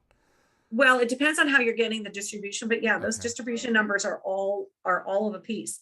And they're doing monthly distribution numbers right now, not quarterly. So each month it's a huge piece. So you guys can't do everything. And I said this last time. And this is really important. And I think I've always said this. Find what you can do. So Sonia Middleton, Melankoff, she is on the con circuit all the time. So what she does is she makes sure that she uses it in her social when she's at a con. Right. She can't really do more than that because, my God, she's got no extra time. Right. But that's what she does. So find what you can do without killing yourself and then stick to that and engage it. So if it's, well, you know what, my God, I am working 12 hours a day and I cannot get on social, but my God, I fall asleep watching it every night. Awesome. Do it. Continue it. But make comments on that person or distributor's site that that's what you're watching. Because it's not just that number. They want to know that you are engaged with that content. Engaged with the material. Christina DeLuise, is there a big convention coming up soon to give way for any kind of an announcement? Yes. So GateCon's coming up in the fall, in September over Memorial Day week. We're going to... No. Labor Day. No, Labor Day. Labor Day. We're going to be there. We're helping produce content for it. We've got partnerships. We've got vendors that are coming that nobody, we haven't been able to talk to and see in years. We're going to have interviews. Alan, of course, I'm sure has some huge entry kickoff thing that's going to be original, and I can't wait to see the set. The companion is going to be involved as well, besides Dial the Gate and GateWorld. So that's going to be a big deal. Now, creation, I just talked to, they're just putting their toe back in the pool. And I know we all have our opinions about creation, but Aaron Ferris and Adam are diehard Stargate fans. Yep. And they are committed to bringing it back. Good. And then Cameo. This is the Chicago event in June. Yeah, the Chicago. Yeah, in June. Cameo has just come out and said that they want to do they would like to reach out to more Stargate fans. I think Michael Shanks just tweeted about it yesterday. Cameo, the video clip. Video. Oh, that's cool. Okay. So again, I'm not asking anybody to spend money, please. Yeah. That is not when we're looking at the economy that we're looking at and the struggles that everybody's going through post-COVID. But if you're looking to engage, you can engage with those socials and retweet or repost or regram when they've come out and said, hey, we're going to have these people at our con, or Cameo is going to do it. And again, licensing and merchandising, don't buy it if you can't, please. That's not what we're saying. But retweet or repost what Wyvern Gaming is talking about. They're going to release new episodes this year. Linda, our favorite producer, is going to be doing an episode at San Diego Comic-Con. And if you guys can just retweet that, get that out to your friends, that's helpful. Absolutely. Yeah, signal boosting does huge. Yep. If you don't have time to stop and watch a video or to read an article, signal boosting, just retweeting something, it's massively helpful. Yeah. General Maximus, would it help to do a fan campaign like they did with The Expanse and fly a plane over Amazon headquarters to really drive the message home? Oh, you know what? I don't know. I said the same thing on the last State of the Gate. Irina and Kirsty's 365 Days of Stargate has been phenomenal. And I wasn't sure, I'll be honest, I wasn't sure. I thought maybe it was too early. And I was 100% wrong. They were spot on. It was the right thing to do. It kept those mentions that you're getting. I was a little bit more conservative about what I thought and when we should do it. My feeling is go for it. If you've got the energy to put together a campaign, not to pay for a plane going over Amazon, but if you've got the energy to put a campaign together, I don't think it's lost. I don't think it's a waste of time. And I don't think it's a waste of energy if you have the energy to do that. If the more creative it is, the more likely you'll get eyeballs on it. Agreed. Any final thoughts, folks? Jenny, I have a question for you. which is we look at the announcements that are coming out from MGM, upcoming projects, film and television, and from other studios, and we get a long lead time on a lot of these, right? Yeah. So you understand how with something like Lord of the Rings, there's going to be a long lead time in the news because it's going to get out there that they acquired the rights from the Tolkien estate. It's going to get out there that they're spending this money, and so of course we're going to know about that show for many years. With something like Stargate, is there a reason why they wouldn't let us know that something was in development, right? Because we're used to, with these other outlets and other shows and other films, stuff just kind of doesn't happen, right? They announce that something's in development. We recognize it might not ever become a show, right? The Starfleet Academy show might not happen, but it's been talked about. Is there a reason why an MGM or an Amazon would not feel like they can kind of talk freely about what they want to do with Stargate? Quite frankly, it's because the IP is owned by essentially 3 different entities. So you have Lionsgate, who's involved with the Stargate movie. You have Roland and Dean Devlin. You've got Brad Wright and his universe and the executive producers who do own part of that IP distribution as part of their deals. And then you've got MGM. And so they're going to be very careful, as they have been in the past. And David and I were involved in a lot of legal meetings about this between 2015 and 2020. There was a point in time where they weren't careful about it, where they would just like, oh, we're thinking about this. And you saw some of those in 2015 and 2016. And what they learned was, no, this is a complicated piece. As much as we know that the Tolkien estate is complicated, it was very straightforward. And the minute that Peter Jackson said, hey, I want to executive produce something, and I want to do it on Amazon, I mean, you had 2 parties that were involved, and that was it. So you could make that announcement. You'll see with Disney, they are very loath at Star Wars Celebration this weekend to make any announcements for anything that isn't already in production. Yeah. So I mean, other than the Skeleton Crew, I didn't see anything that was unannounced. No, but it was already in production. Oh, so they were fully comfortable to talk about Jude Law, about Watts coming to direct it, that he left Fantastic Four. Wait, I think he's doing Skeleton Crew. But they even announced the Young Jedi because they've now spent the past 6 months already doing concept art and casting. So you're not going to see any of those announced unless it's not in pre-production, in production of some sort. I think MGM and Amazon are taking a bit of a leaf from that. So for instance, The Boys teaser trailer wasn't released until they had finished principal photography, because you want to make sure nowadays that you are locked and loaded, because fandom can be toxic. And so what you don't want to do is get a backlash. And I think MGM learned that the hard way in 2015, 2016 with the Roland Emmerich, Dean Devlin nuts news. I mean, every day there was some rumor that was coming out that was wrong. So Darren, to your point, I think what they're going to do is they're going to be very, very careful to not make any official announcements and keep a lid on leaks, because I know I'm talking to a lot of people at Amazon. They're not talking to me. They don't know what's going on. Right. They honestly, and they're in positions where you think they would, and they don't have that information. So this is being kept very close to the chest by Chris Puritan and Chris Ottinger and Mark Burnett on the MGM side, and by Vernon Sanders and Mike Hopkins and Jennifer Salka on the Amazon side. I think they don't know what they want to do yet.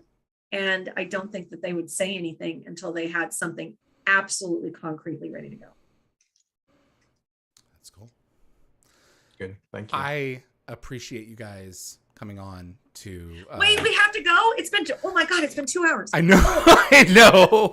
Oh my god, I'm so sorry. I talked like crazy. No, this has been terrific to bring everyone up to speed in terms of what's going on, at least who the players are. You know, in terms of having Kyla on, I didn't even think that was possible. I wouldn't even think that she would want to do it. But I don't know. It may not be something, but we should ask her. She's going to kill me that I've said it. Well, you know what? All she can say is just not right now. Thanks so much. Yeah. You know? Yeah. I'd love to have her on before the end of season 2. Well, she also could really talk about the analytics of it. She is phenomenally smart when it comes to the social and marketing analytics of the entertainment industry. And I think that would be really fun well, okay, again, I'm a nerd for this stuff. Yeah, but I think exactly. Well, people so that are is interested- half the people in the audience. So, and I you think know, for they're that, here to she see how the bread is also- buttered. Well, and she exactly, and she's very knowledgeable now about just digital distribution and the YouTube of it all that they're doing. Mhm. There we go. So it'd be cool. All right, so I'll just remind me, man, I got Yeah. 3 things I gotta remember to do. So wait, so It's encouraging. Kyla? It's encouraging to me to know as a fan and somebody who makes content online that folks are paying attention inside Yeah. MGM and Amazon. They have all these new analytic tools in the 21st century that, Yeah. you know, when we go online and make a ruckus on Twitter, or, you know, when we publish an article that does really well and gets Mhm. ranked in Google, that stuff matters, that people Yeah. paying attention and participating matters. And we're not all just sort of shouting into the void. Yeah, the shouting into the Yeah. void part, you know, like Jenny was saying, you know, a year ago we were having that conversation of, you know, we can't do this right now, but more now we're in a position of, well, you know, now that the sale is complete, Right. you know, new opportunities are opening up here if you're willing to be creative about your thought Right. process in terms Right. of launching something. And the fact that that infrastructure, which I know, I'm sorry if I kind of bored everybody No, with it, but I the don't think fact so. that that infrastructure is now in place in and of itself, and again, I think it probably will only last for, you know, 2 to 5 years, but we know for a fact that those are in place. Now, again, we don't have a replacement for Michael DeLuca and Amy, but Mark Burnett's not going anywhere from what I hear. And again, anybody who can do the research and find out what's going on with Brandon Sanders, I know nothing about him. I'd be fascinated to see who is he, what's he interested in? Has he done any articles about what he likes? I mean, the rings had to come alive under him. So, and Right. Jennifer Salka, and she is a drum beater for the boys as well. So they're obviously willing to try new things for sure. So I think the more that we can know about the people that are on that side that we think are going to make the decisions, the better we can target something creative campaigns or to get out there or to be engaged and say, hey, okay, we're not monoliths. We're not black and white about this as a fandom. We feel flexible. Are you willing to talk to us about these things? Yeah. What is your impression of the boys, Jenny and Darren? Do you guys see it? I love it, but oh my God, the violence is a bit hard for me. It's but gruesome. I think it's gruesome, but it's a phenomenally written storyline. I just can't do it in chunks. I look at it like I look at Starship Troopers. It's very subversive, but you know, the gruesome is kind of like I watched Starship Troopers for the first time when it came out. When it came out, I was like 13 or something like that, Yeah. and I didn't get the subtext. I just got the violence and the bugs and the ships. But it's subversive, you know. And the B-level acting. Yep. Right. Oh. C-level acting. I mean, oh my God. And I love that movie because it is a popcorn movie. It is just so much fun. But you're right. Look, as a woman, I find the boys to be phenomenal writing. Yeah. And it's hard to watch for me though sometimes because the misogyny that they write on purpose. Yeah. It's hard to watch. If you've been through any of those situations, obviously not with a superhero, but if you've been with any of those situations before, it can be hard to watch. Darren, have you seen it? I haven't seen The Voice, and part of the reason why I haven't is because its reputation. That's the thing. I would wait until the kids are, you know, it's a good show. It's a good show in terms of the things that it's talking about. You know, I think it's very topical, guys. Well, thank you. No, wait. I have a question. Then, yes. Wait, I have a question for you two. So, what are you guys binging that is not Star Trek? What are you watching? I just rewatched Breaking Bad. I've just gotten over. Oh, cool. If you guys watch like the Stargate Science with David and Mika, and then last week with Rob Murray Duncan, I've been dealing with a major sinus infection that I've been trying to hide. So I just finished El Camino a couple of nights ago, and then just started on Better Call Saul. But Darren, I don't know. I've been playing catch up on a lot of stuff. David and I are watching habits are totally different. So he'll binge an entire series at a time, right? And I just kind of pick up an episode here and an episode there. So I haven't binged anything lately, although I am trying to catch up on The Walking Dead. I finally made it into 11. Oh, wow. Oh yeah, the last season, I think they're airing the final episodes in the fall, so maybe we'll be caught up in time to just kind of finish off the show. I feel kind of pot committed right now after 10 plus seasons to just see it through. So you're just, I gave up. yeah, I I feel stopped bad. at season 5. I was like, you know what? When the show finishes, I will mow it down. You know, Yeah, like The 7 Expanse. for The me. Expanse is sitting on the shelf for me now. I need to sit down and watch it. I should have Oh, done that dude, in these last come 2 on. weeks. I fully intend to. So Yeah, I've been it's not writing you going about anywhere. Expanse. That's my favorite show of the last decade. I've been writing you about Wow. Yeah. Well, that. then, Talk about, That's one of the and it rare wasn't shows. subversive issues. They're right out there on the front burner, but it's I just love it. I mean, we could have massive philosophical conversations about it. So wow. Yeah, What- and that's one of the few shows that will make me go and read the novel. yeah, yeah. That Okay. good. I have to live in that world more. Well, that's the I just sat down and watched The Gunslinger for the first time. Did you? The film, because Dean Newberry, you know, always really heavily poo-pooed this thing. And I was like, well, you know, I love Idris Elba. And Did he? And he pooed it because it wasn't. Oh, you mean The Harder They books, Fall? You know? mean The Harder They Fall or The Gunslinger? The Gunslinger, as I'm The sorry, Towers? I apologize. The Dark Tower. I just Dark- recently Oh! watched the Dark Tower film. My Oh, apologies. right. Okay. And gosh, sorry guys. And No worries. I loved this thing once I understood what it was, because I was Yeah. like, is it a sequel to the books or is it a reboot? And if you Right. look at Stephen King's mythology, it's both, Yep. because of the nature of that reality, and all that has happened before will happen again, Yeah. and may not happen exactly, it just rhymes. Yep. And so I'm really disappointed that it didn't continue. Me so- too. I loved it. But And again, this, you I know, brought this up because going back to reading books, now I want to go read the Dark Tower series, knowing that it's oh, a yeah. previous iteration of that reality. Yeah. So I won't say anymore. Well, I have 2 recommendations for you guys. The audiobook for The Sandman, Neil Gaiman's, Okay. in advance of the Sandman show. The audiobook of The Sandman is killer. It is so good. I'm not sure the show can live up to it. Who does the so- audio? I'm blanking, but famous Let's people. see. Okay. And then Famous people. High Republic. Oh, it's a whole Star cast. Wars. Star Wars High Republic. Because a lot of the shows that they're coming forward with have roots in High Republic. Okay. Cool. That's legit. That might Yeah. be the Star Wars show that I'm most excited about is Acolyte. Well, that's why I brought it up. Yeah, Okay. I think it's going to be so cool. I don't know anything about it. I loved the first 2 episodes of Obi-Wan for the most part. Well, So- and Andor is going to be intense. I mean, Andor looks intense. I'm going to have to I'm going to have to be in a really good headspace. Just be in a happy place. Right. I don't know if you guys have seen the artwork, but the artwork for it, which is what I love the key art. The key art is crazy good. It's based on Che Guevara 1960s revolutionary art. Okay. Yeah, no, it looks to be really interesting. So I'm all for all of it. Well, Yep. I You guys are appreciate the you best. guys. And hi to everybody. Hopefully I'll see a whole bunch of people at GateCon. That would be- Absolutely. Darren, you're going to GateCon, yes? Yeah, that's the plan. Woohoo! Let's have a party. Let's do it.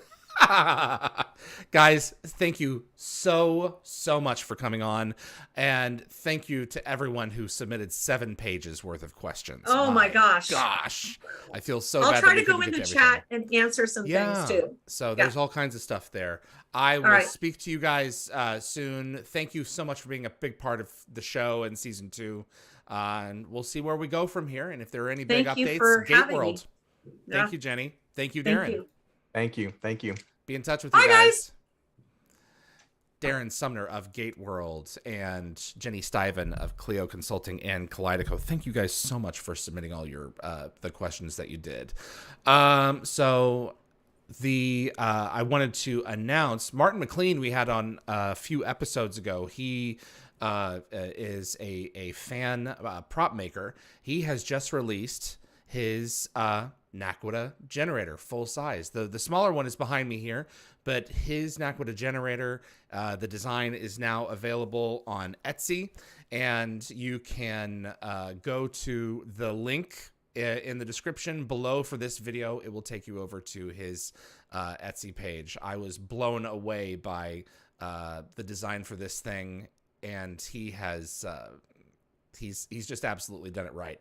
I'm so thrilled for him that this piece has finally come off the ground, and it is just, oh, just look at that twist. Come on, and down and on. It is so freaking cool. And now you can go and have one of your own made up. So check out his Etsy page in the description. We have a link in the description below the video here. And thanks so much to Big J over at Big J Customs for submitting the where did it go? Come on, where'd it go? Whoops, that's the wrong one. Oh, there it is, the prop giveaway. Thank you. Thanks so much to Big J for submitting the pop, and congratulations again to Linda Franklin for winning this custom-made Daniel Jackson pop figure signed by Michael Shanks. I really appreciate everyone who submitted questions in the chat. This was extra cool, and the fact that we sustained a huge portion of viewers, 160 through the entire show, was really terrific. We have merchandise. So Dial the Gate is brought to you every week for free, and we do appreciate you watching. If you want to support the show further, buy yourself some of our themed swag over at dialthegate.com/merch. I will be adding some new t-shirt designs here fairly soon in the near future. A couple of questions were set aside for me. Akos Thomas Navaki, David, could you share any photos or videos which were taken during the PropWorks era? So I saw this in advance of the wrap up, and I was like, you know what? We had Jenny on, so let's show some pictures of Jenny while I was at PropWorks doing the PropWorks sales. So this is Jenny with the USS George Hammond logo, and this is Jenny with a drone, and this is her son Timmy in the Daedalus chair, the bridge chair, and this is them with one of the Hero 0-point modules. This would have been circa, when was this taken? This was taken 2000, I think 11.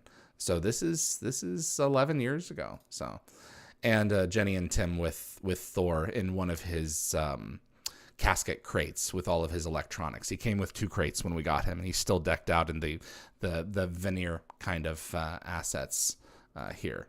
So that's what we got for there.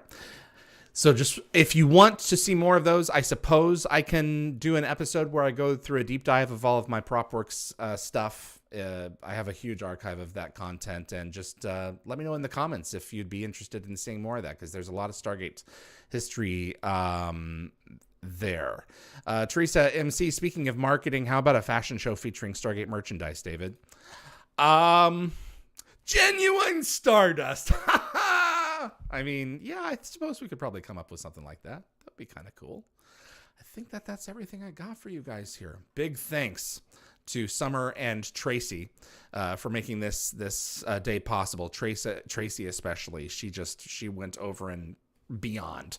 Big thanks to my producer, Linda Gategabber Fury, my whole moderating team, Keith, Jeremy, Reese, and Anthony, Frederick Marcoux at Concepts Web, our web developer for Dial the Gates, and Jeremy Heiner, our webmaster as well. We're going to have more Dial the Gate content in June and then wind down season 2 because of my sinus issues over the past few weeks. I've been a little bit behind on getting some guests, but I do have a few that are going to be announced in the next few days here that I'm really looking forward to sharing with you guys. I think it's going to be a good time. Thanks so much to Jenny and Darren over at GateWorld for making this episode possible. Fascinating discussion. Give everyone a good lowdown on everything that's been going on, and we'll see what happens next. I'm David Reed for Dial the Gate, and we'll see you on the other side.